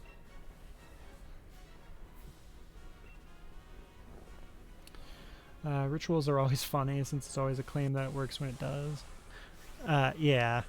Well, I mean, it's the same thing with, like, financial gurus and things like that. Like, because I mean, for some of you guys who have been in here, you know, for a bit, you probably know sometimes I'll talk financial stuff. And that's because I'm really big on personal finance, because it's not something that is taught, at least here in the U.S., to people. And, I mean, I'm sure there's a lot of stuff worldwide to where personal finance is not taught to the younger people. And it is very messed up, because the best time to know about personal finance and stuff is like when you're young, you know? So, like, if I knew about, you know, Roth IRAs and investing and all that type of stuff for retirement when I was 18, I would have definitely been doing that. And I would have, you know, a nice little savings at this point. You know, so the earlier you start, the better. But the best time to invest is yesterday. But the second best time is right now. So, yeah. But anyway, what I was getting at with the finance stuff, kind of going on a rant there, is a lot of people will be like, oh, yeah, the stock market's going to crash. Everything's going to crash. The economy's going to crash. And they'll say that for like 10, 20 years or something. And the thing is they'll sit there and say it, and then it'll finally happen. They'll be like, told you. But they've been saying it for 20 years. And statistically speaking, the stock market will always have a large dip at least every, I believe it's like 10 to 15 years, which is why, or no, I think it might even be 15 to 20. There's an actual statistic for it, which normally I know, but it's been a while since I've really gotten into the finance scene lately. But pretty much the statistic is every 10 or 20 years, the stock market has a huge crash. And we've seen that officially now. We've seen that with 2008. 2008, huge stock market crash. And just recently in 2020, huge stock market crash. Even right now, we're actually having a bit of a recession, at least in the U.S. stock market. But it's pretty much mainly like worldwide and stuff there with it. So I can say that as much as I want. I'm obviously going to get it right eventually. Like, I could say right now, I'm going to get the shiny right now. And then I'm going to get the shiny Rayquaza. I'm going to be like, see, guys, I can tell the future. But I've been saying I'm going to get the shiny the past 166 runs. So that doesn't mean I actually know, you know. How do I feel about crypto? I don't mind crypto, but I never would recommend it for actual retirement. If you invest in crypto, make sure you're using money that you're completely comfortable losing every last dime of it. And I am not at all saying that crypto is a bad investment or a bad thing. I personally have a little bit of crypto. It's nothing crazy, only because I'm willing to lose that money. But do not make that your investment choice, like your solid investment choice. If you want to know, like, not advice, because I'm not a financial advisor, but if you want to know my best suggestion as far as investing wise, is just invest in the S&P 500, which is the top 500 U.S. companies. Buy what's called a index fund or a exchange traded fund, an ETF. Invest in that and do that until you retire. And I will tell you right now, you will have a lot more money than you started out with as long as you're investing in that over the course of your, you know, investment time. Now, as far as cryptocurrency, if you want to throw a little bit in that, feel free. And here's the thing. Cryptocurrency, you could sit there and put, you know, some money in it, and maybe you will 10 times that within like the next 2 years. Or maybe it'll go down to zero in the next 2 years. Like, it's very iffy, and nobody can 100% say. Cryptocurrency is a bet. And I understand where people are coming from with it, and I am completely cool with it. And, you know, I'm open to that stuff. Like, I'm never going to really say, like, oh no, that's a stupid idea necessarily. I will only tell you guys, like, if somebody does something, I may say that, but keep in mind, I don't intentionally mean like, oh, that's a stupid idea. What I really mean, and what most people mean when you say that, is I don't understand it. That's all it is. So when it comes to cryptocurrency, I understand some of it, and I understand the gist of it, but I don't understand enough to say, put all your money in that. And to be honest, I don't think anybody does. There's nobody who can sit there and say, like, oh, I know for a fact cryptocurrency is going to be the new currency in 10 years, 100%, guaranteed. Nobody can do that. So that's why I say if you want to invest in cryptocurrency, very little. Like, just enough that you can lose and you'll be fine with it. It's definitely a roller coaster. Yes. No, for sure. It's very risky. It's a roller coaster, but that's how those things work.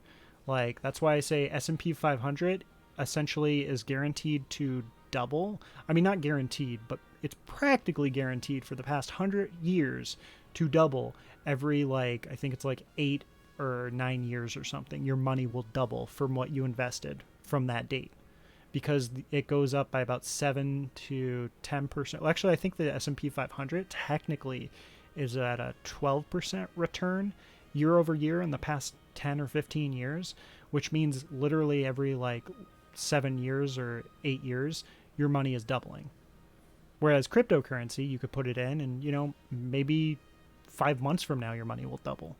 But at the same time, maybe it'll not, and maybe it'll drop down by half. So that's the only thing. Whereas the S&P 500, if that ever drops down and goes down to zero, then don't worry about your money. We're at an apocalypse and everything is going to be anarchy, because if all companies fail in the economy, the whole world economy would be shattered, and it's going to be way worse, Like, we can live in an economy where cryptocurrency crashes and goes down to zero because it doesn't actually function with anything right now. But literally the whole world economy is based off of the top 500 companies in the US. That's a fact. I'm sorry, I've been ranting a long time. Let's see if we got the shiny. I'm sorry for you guys who aren't interested in finance. I hope I did not bore you too much. Electabuzz. No shiny, which I'm fine with, because we already have an Electabuzz. Kingler. And Hitmonchan. And no Rayquaza. Rip. So that is unfortunate. We haven't gotten a shiny yet, but that's fine. We are going to go ahead and jump into another run here. So if you guys did not fall asleep from my financial talk, you are definitely more than welcome to join here. It's very important to not pull out of your investments if the stock market starts performing poorly. Yes, 1,000%. For the S&P 500, don't take it out. Like, if you invest and then a year later you're down 20% or you're down 30%, don't take it out. Just leave it. In fact, buy more, especially if you're young. Like, if you don't plan on retiring for like 10 years, keep buying. Like, buy, invest as much as you possibly can and save as much as you possibly can. And if you live in the US, open yourself a Roth IRA unless you make so much money that you can't open a Roth IRA, because there is a income like restriction where if you make too much money, you actually don't qualify for a Roth IRA. But if you do, open yourself a Roth IRA if you're 18 or older and put in the $6,000 a year into your Roth IRA, invest that into an S&P 500, and do that for as long as you possibly can until you turn 55 or 65 or whatever and retire, and you will be a millionaire. Like, I am 95% sure, and I say that because, like, I can't predict everything, but I am 95% sure if you invested that into the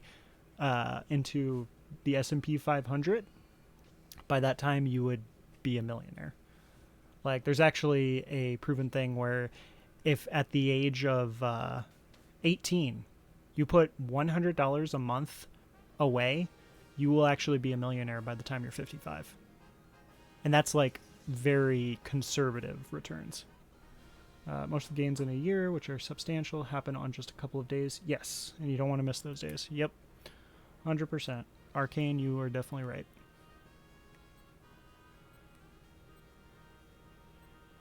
Like, you're going to see your gains drop faster than you're going to see them gain at times, and you just want to make sure you keep your money in. That's the one thing. You just got to be disciplined.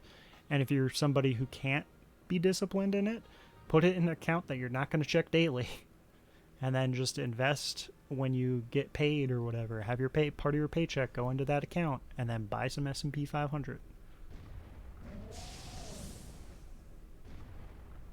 Now, if you guys do make more income than what qualifies for a Roth IRA, get a financial advisor. Because if you're making that kind of money, you should have somebody be managing that if you are not really like very financially literate. So that I do recommend that. That's like the time where you do want to actually get a financial advisor and you want to make sure you get a good one.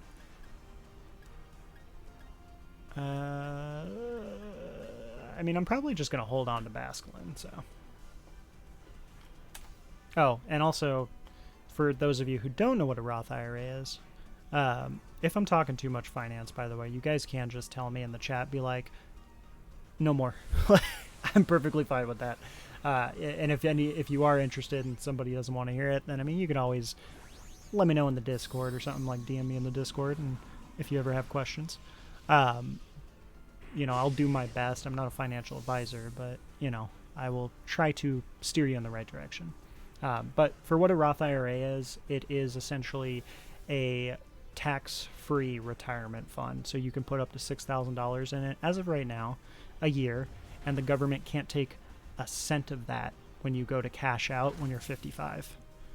But the other upside to it is all of your contributions you can take out at any time. I don't recommend it, but you can technically take it out if you ever have, like, what's it called, hard times or something like that. You can still take your money out of your Roth IRA, and you can still, you know, use it if you want. You just can't take your gains out without, you know, being taxed on it, so, and penalized.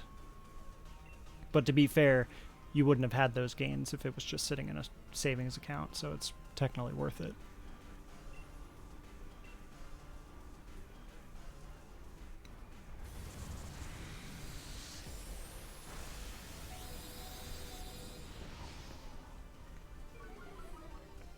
But yeah, those are things they need to teach you in school. Everybody should have learned this literally their like last couple years of high school.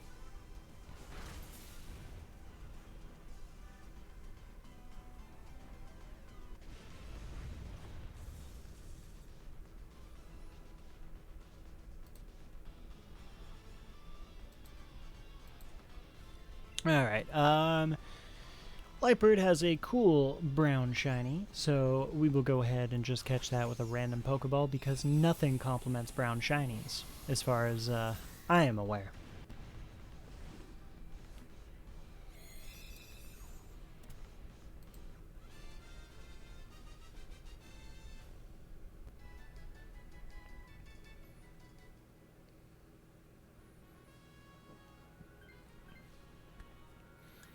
Okay.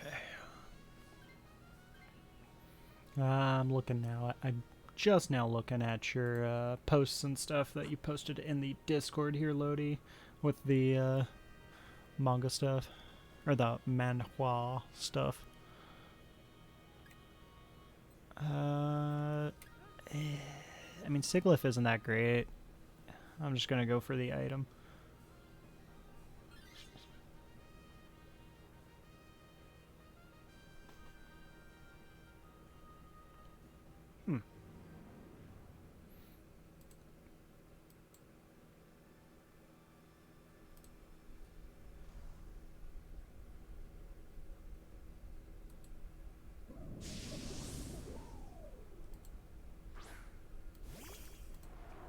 Alright. Sigilyph. I love Ditto in this. He's always so funny.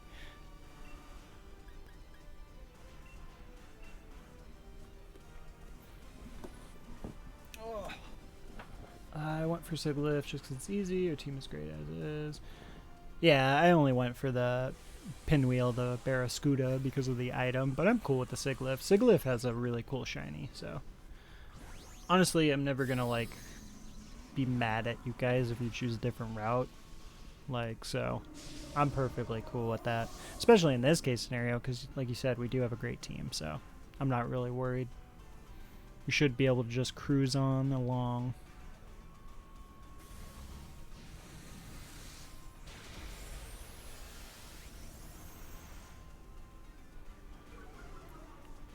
Can't hit nothing. Freeze? Oh. What is the freeze rate for Ice Fang? Because I don't know if I've ever gotten the freeze on Ice Fang. Is it actually the same as everything else? Because I feel like it's got to be lower or something. Because I know, like, I think Ice Beam and stuff is like a 10% chance. So it's not even that high to begin with. 10% chance of causing target to flinch. Oh no, I guess it is a 10% chance to freeze them.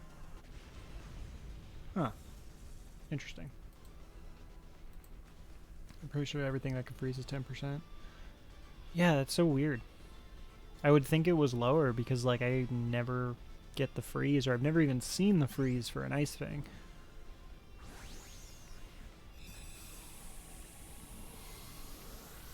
Like, I see freezes all the time for, what's it called? Ice Beam. Like, Ice Beam, I see freezes. Blizzard, yeah, Blizzard I usually see freezes. But yeah, like, no other freeze move do I ever see freezes on. I don't really need to switch out, so I'm just going to hold on here.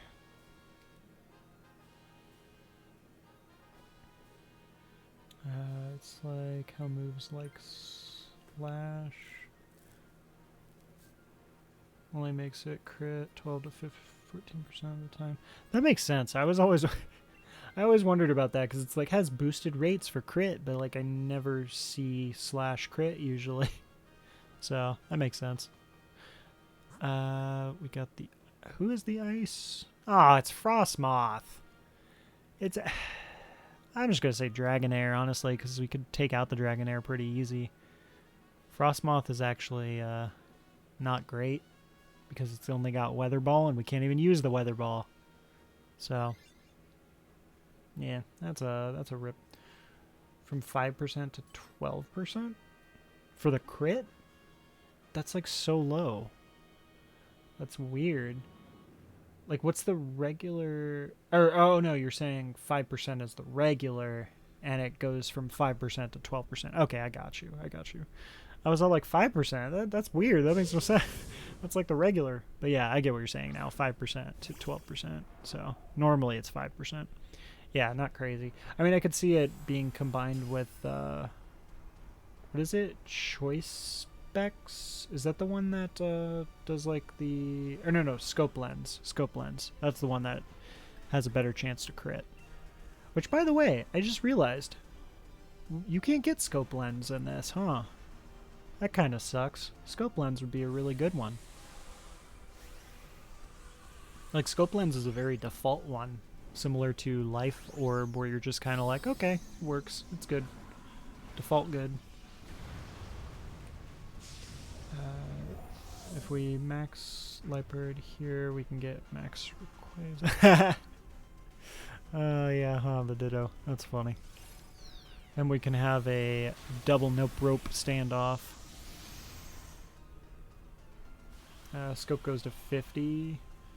Yeah, it's... and I mean, I feel like that's actually not that bad. Like, it's not overpowered in this. So I'm surprised. Like, it would just be really good. Like, I'd still prefer Life Orb, probably over Scope Lens, in almost most of all scenarios. So, it's kind of weird that they don't let Scope Lens, or that they didn't put Scope Lens in this. Instead, we got all these damn seeds. Nobody wants seeds.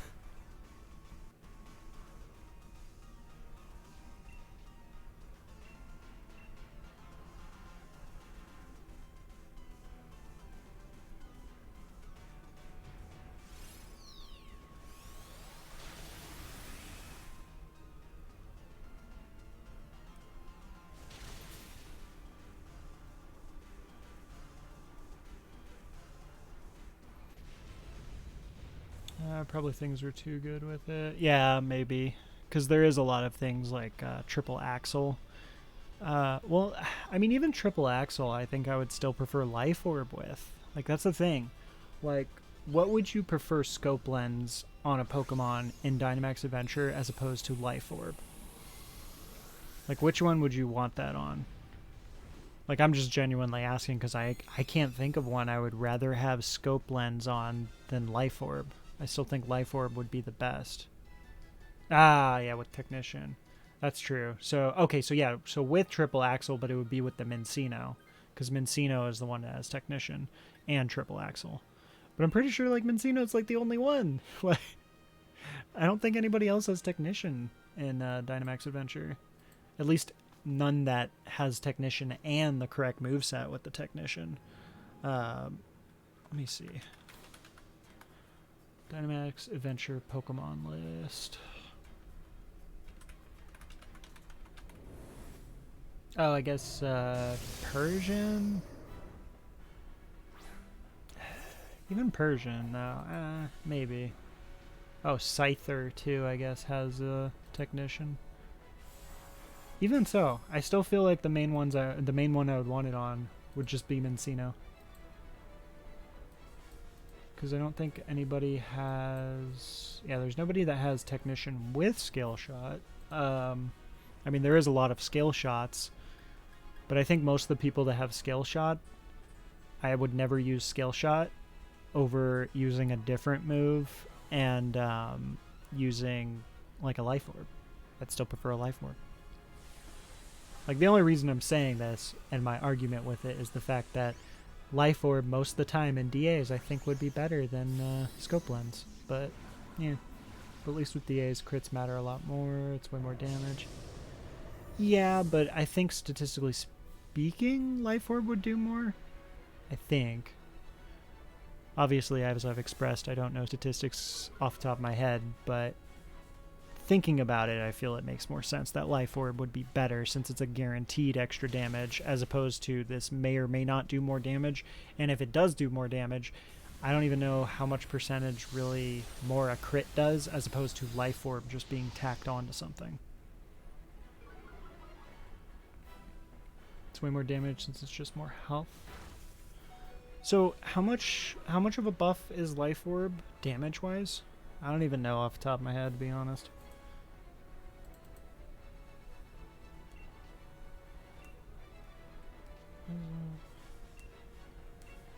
Okay.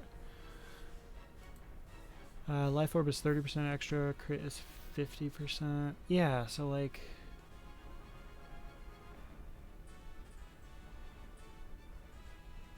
So, I mean, in that standpoint, I think I would still prefer Life Orb. Because if we're talking about a 50% chance that it doesn't crit... I mean, I guess they're relatively about the same, thinking about it, in most scenarios. Probably the reason you don't see choice items either. Yeah, that's true, actually. We don't have other choice items, huh? Alright, well, we did manage to do another clear here. Let's count it.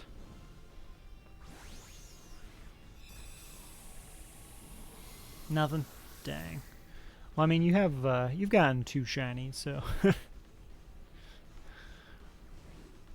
You've gotten some good luck here, Lodi, so I guess, I can't feel too bad for you. Alright, let's see if we can get a shiny. Or if anybody else gets one, let me know. Alright, so no on the Lightbird. Yeah, you were really lucky today. I'm fine with nothing for now, yeah. Alright, Lightbird, nope. Sigilyph, nope. Dragonair, nope. And... still nothing. Alright. I think we're probably going to do one more run for the night here.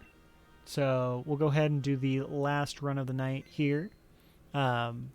Probably not going to do any encounters because I was planning on doing some encounters at the end of the stream, but because we ended up having maintenance and doing quite a bit of encounters earlier, I think we'll skip the encounters at the end of the stream and we'll just finish off here with the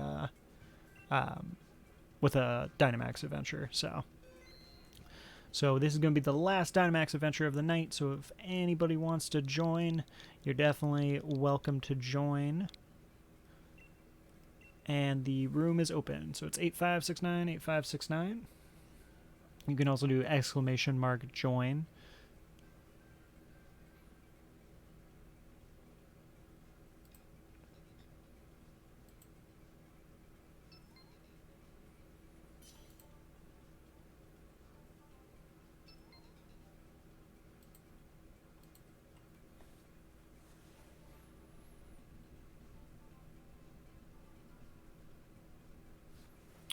Oh, you know what? I have not been doing the predictions, huh? I'm pretty sure I've gotten a couple of predictions. Oh, nobody actually voted in the last prediction, so I guess that works. That's good, because I have no idea when the last prediction was. So we will go ahead, though, and do a prediction here for the last run of the night. So if anybody wants to bet some of their channel points, you are more than welcome to. Predictions are now open. Bet responsibly. Let the timer run down? Huh? What do you mean let the timer run down? Oh, Relicanth. I will take the Relicanth. I love Relicanth. Only downside about getting Relicanth right now is now I can't get it shiny. Were you talking about let the timer run down for like so we can get a shiny? Is that like your way of getting that extra extra luck on getting the shiny? Doing a ritual, letting the time go down? Alright, we do have an Icemon. That's pretty cool. That's Vaporeon. I think it's Cryogonal, and Cryogonal is pretty good. Yeah. Let's see. Yeah, I'm fine with going Dracloak route. Yeah, top left, we can get ourselves a Cryogonal. We can actually do a gamble, too. I mean, I'm going to hold on to Relicanth. What all do we have? Because I know we have Morpeko. Morpeko has Ice Fang, which isn't too bad. But I didn't pay attention to what the other two Mons we got were. Let's see. Kingler and Dugtrio. Yeah, so Kingler and Dugtrio, you guys probably want to switch out. Skill Shot. Alright. Speaking of Skill Shot, but we're not actually going to use it as Skill Shot. Normal was Munchlax. Kingler's pretty bad for Rayquaza. Yeah, Kingler's not too great. Dugtrio is kind of eh. So, I say we go Vaporeon route, and then whoever wants to gamble can gamble of the two of you. Wide Guard can be helpful. It's not that helpful just because of the fact of the Twister and then the Brutal Swing are like not crazy damage. Because like Twister doesn't do really any damage at all because it doesn't have much special attack. And then Brutal Swing can kind of do damage, but even so, like the most Brutal Swing ever does is like it's going to take maybe like a quarter of our health, of like one of our healths, that is, for if somebody's really squishy. So I mean, it's not like one of those things where it's like, oh, he's going to Twister and Brutal Swing and wipe us all out in one turn. Like as long as one of us has like a little bit over half health, we're not going to die from a Brutal Swing Twister turn. So that's the only reason I say Wide Guard is not too crazy against Rayquaza. Yeah, the flinch. I mean, yeah, the flinch is definitely pretty good and stuff for it. But yeah, I mean, outside of that, it's generally never going to lose us the game. Now, when we go to Kyogre, then I'm going to 1000% agree with you that Wide Guard is the best. Because I remember that from our Groudon days. And, whew. I mean, it's either Wide Guard or it's an uphill battle always.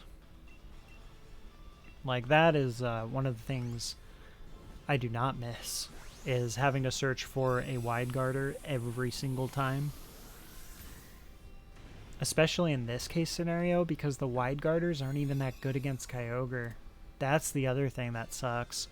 Like, most of the Wide Guarders are actually pretty bad against Kyogre, whereas at least some of the Wide Guarders were good against Groudon. Like, for example, the Kingler or the Mantine were, like, amazing against Groudon.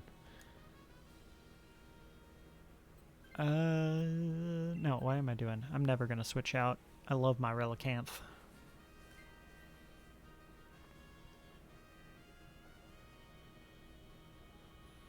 Pelipper is amazing too. Oh yeah, Pelipper. I almost forgot about Pelipper. That's true. Yeah, Pelipper's really good. Actually, I think Pelipper is probably the best one out of the three of them against Groudon. because Pelipper gets rid of the sunny day, which is huge. So yeah, you right. Vaporeon for Weather Ball is nice too.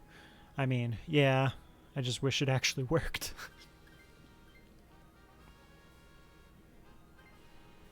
Sharpedo, that's not the one. That's not what we were looking for.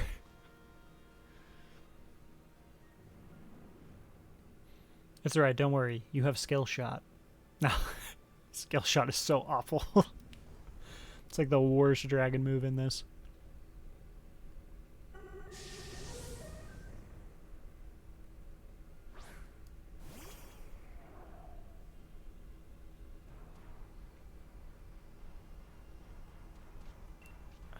Let's see.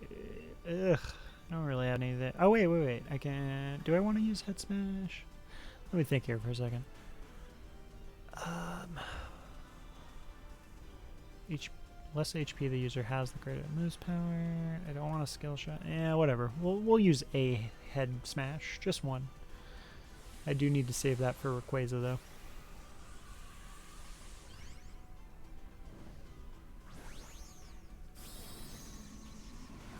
More Pekko.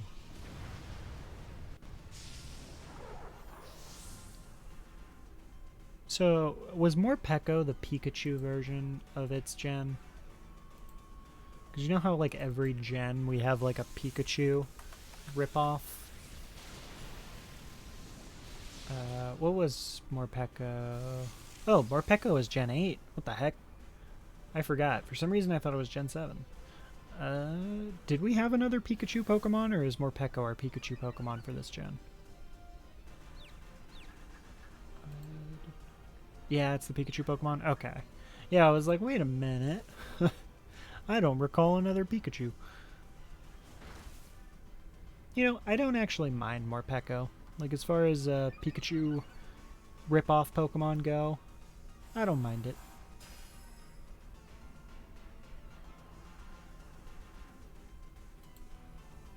DD... Oh yeah, DD was 7. That's right. I got him flip-flopped.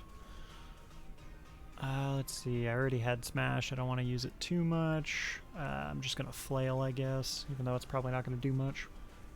The Pika Clone. There you go. That's the word I was looking for. Pika Clone. Oh, DD was 6? Okay, so wait. Who was 7 then?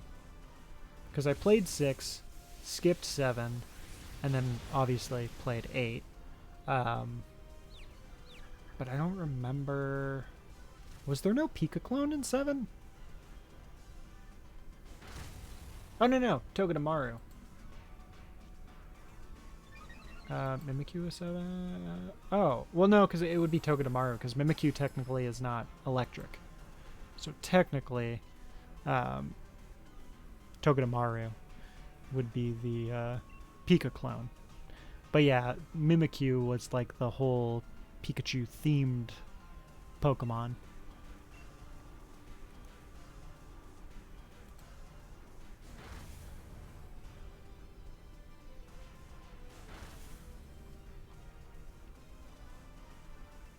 So, what's y'all's favorite Pika Clone?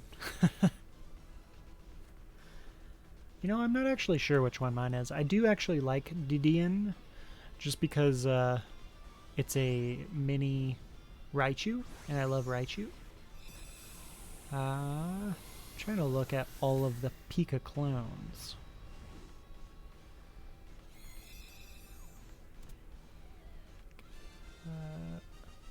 Maybe both. Well, yeah, like Mimikyu obviously was a Pikachu design clone, but the actual Pika clone was Togedemaru since it was electric and Mimikyu wasn't. So I think they just went an extra step and they're all like, we want to do another Pokemon that's like got the Pikachu theme with it. So that's why they did Mimikyu. Yours is more Pekko? Huh. Let's see, because we also had Plusle and Minun, which was in Gen 3. Trying to think of all the gens. Plusle Minun is Gen 3. Pika Clone.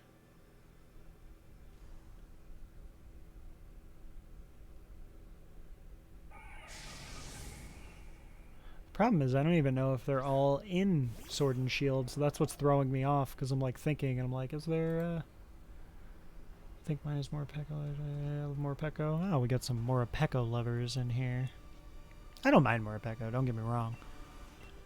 Like, Morpeko is definitely the better of them, I will say that. I just don't know which one for sure I would go with. I was trying to see who was the one in Gen 5, because I don't remember Gen 5 the Pika clone.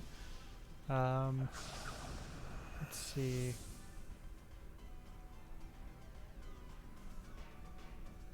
Maybe they just didn't do a Pika clone in every gen. I thought they did. Pachirisu was Gen 4.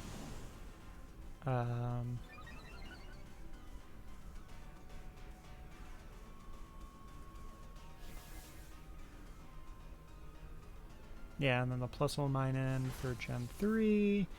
And then I don't think... I mean, I think technically Pichu is the one for Gen 2. Even though I feel like Pichu shouldn't count because it isn't a clone. It's just literally the baby version. Man, did Gen 5 actually not have one? Let's...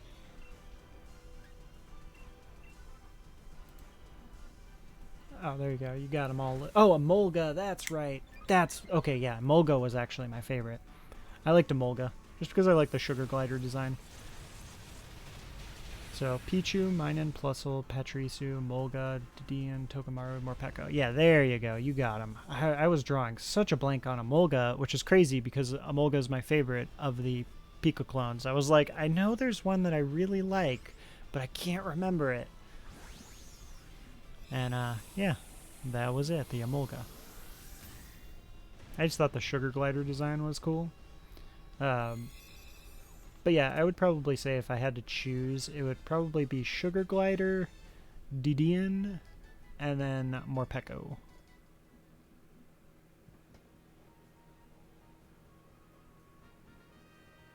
And then... Yeah, I was going to say... One of you guys at the bottom there could take it.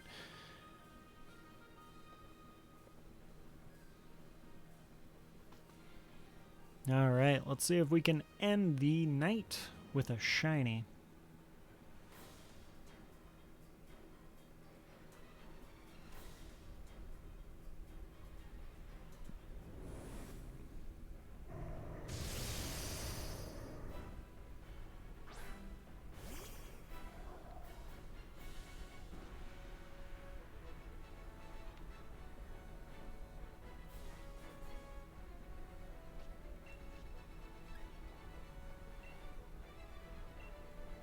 Alright, easy head smash.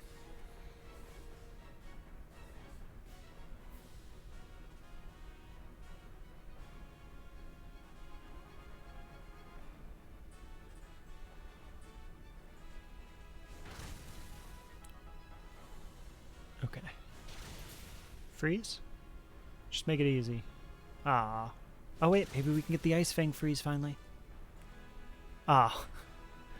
I still stand by what I said. Ice Fang freeze does not exist. Until I see it. Until I have video proof.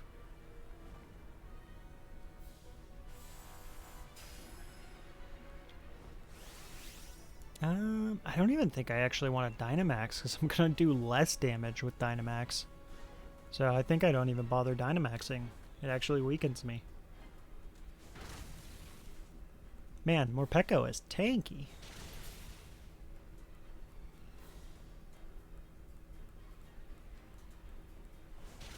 Freeze. Yep, doesn't exist.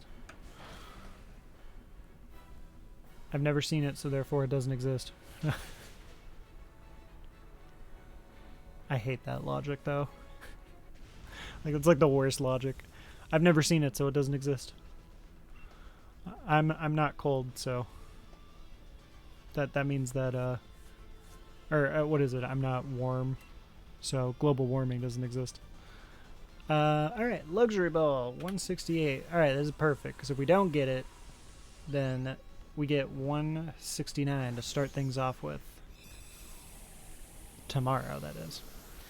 Nothing. Ah. Well, at least you had a great day as far as shinies go.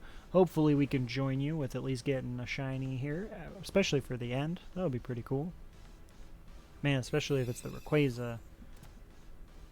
Like, I've gotten Groudon from the first, what is it, the first run of the day. So, let's see if we can get a legendary shiny on the last run of the day. So, Dracloak, nope. Vaporeon, nope. Cryogonal, and dang. We are not ending the stream with a shiny. But that's fine. We still have some good odds. And we had some really good runs today, that's for sure. So, I definitely enjoyed the runs that we had. Let me make sure I keep that Rayquaza run. But yeah, so hopefully if you all got anything, let me know in the chat. Otherwise, with that, we are going to be ending the stream. I'm going to link one more time here with the Discord, so if anybody is not in the Discord and you have Discord, then I highly recommend joining the community and stuff, because that is where everything's going to be posted when we go live. If I have any updates, anything's going on, it's going to be in the Discord. Otherwise, you are more than welcome to find social medias if you want. We can go ahead and, we can go ahead and actually, let's see if there's somebody to raid who's also doing some Dynamax adventure, maybe. Let's see. So the only thing I request as far as with raiding is just that you guys just say, hey, that's it. We'll make somebody happy we'll look for somebody who's got a few viewers here, who's maybe doing some Dynamax.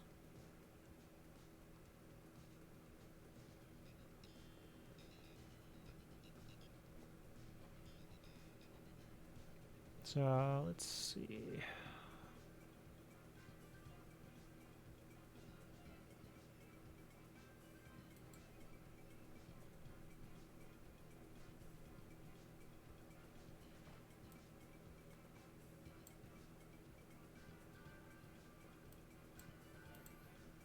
Looks like I see some dude who looks like he's hunting the Buzzwole. He's trying to get a shiny Buzzwole. So go ahead and raid him here, Lagamus Prime.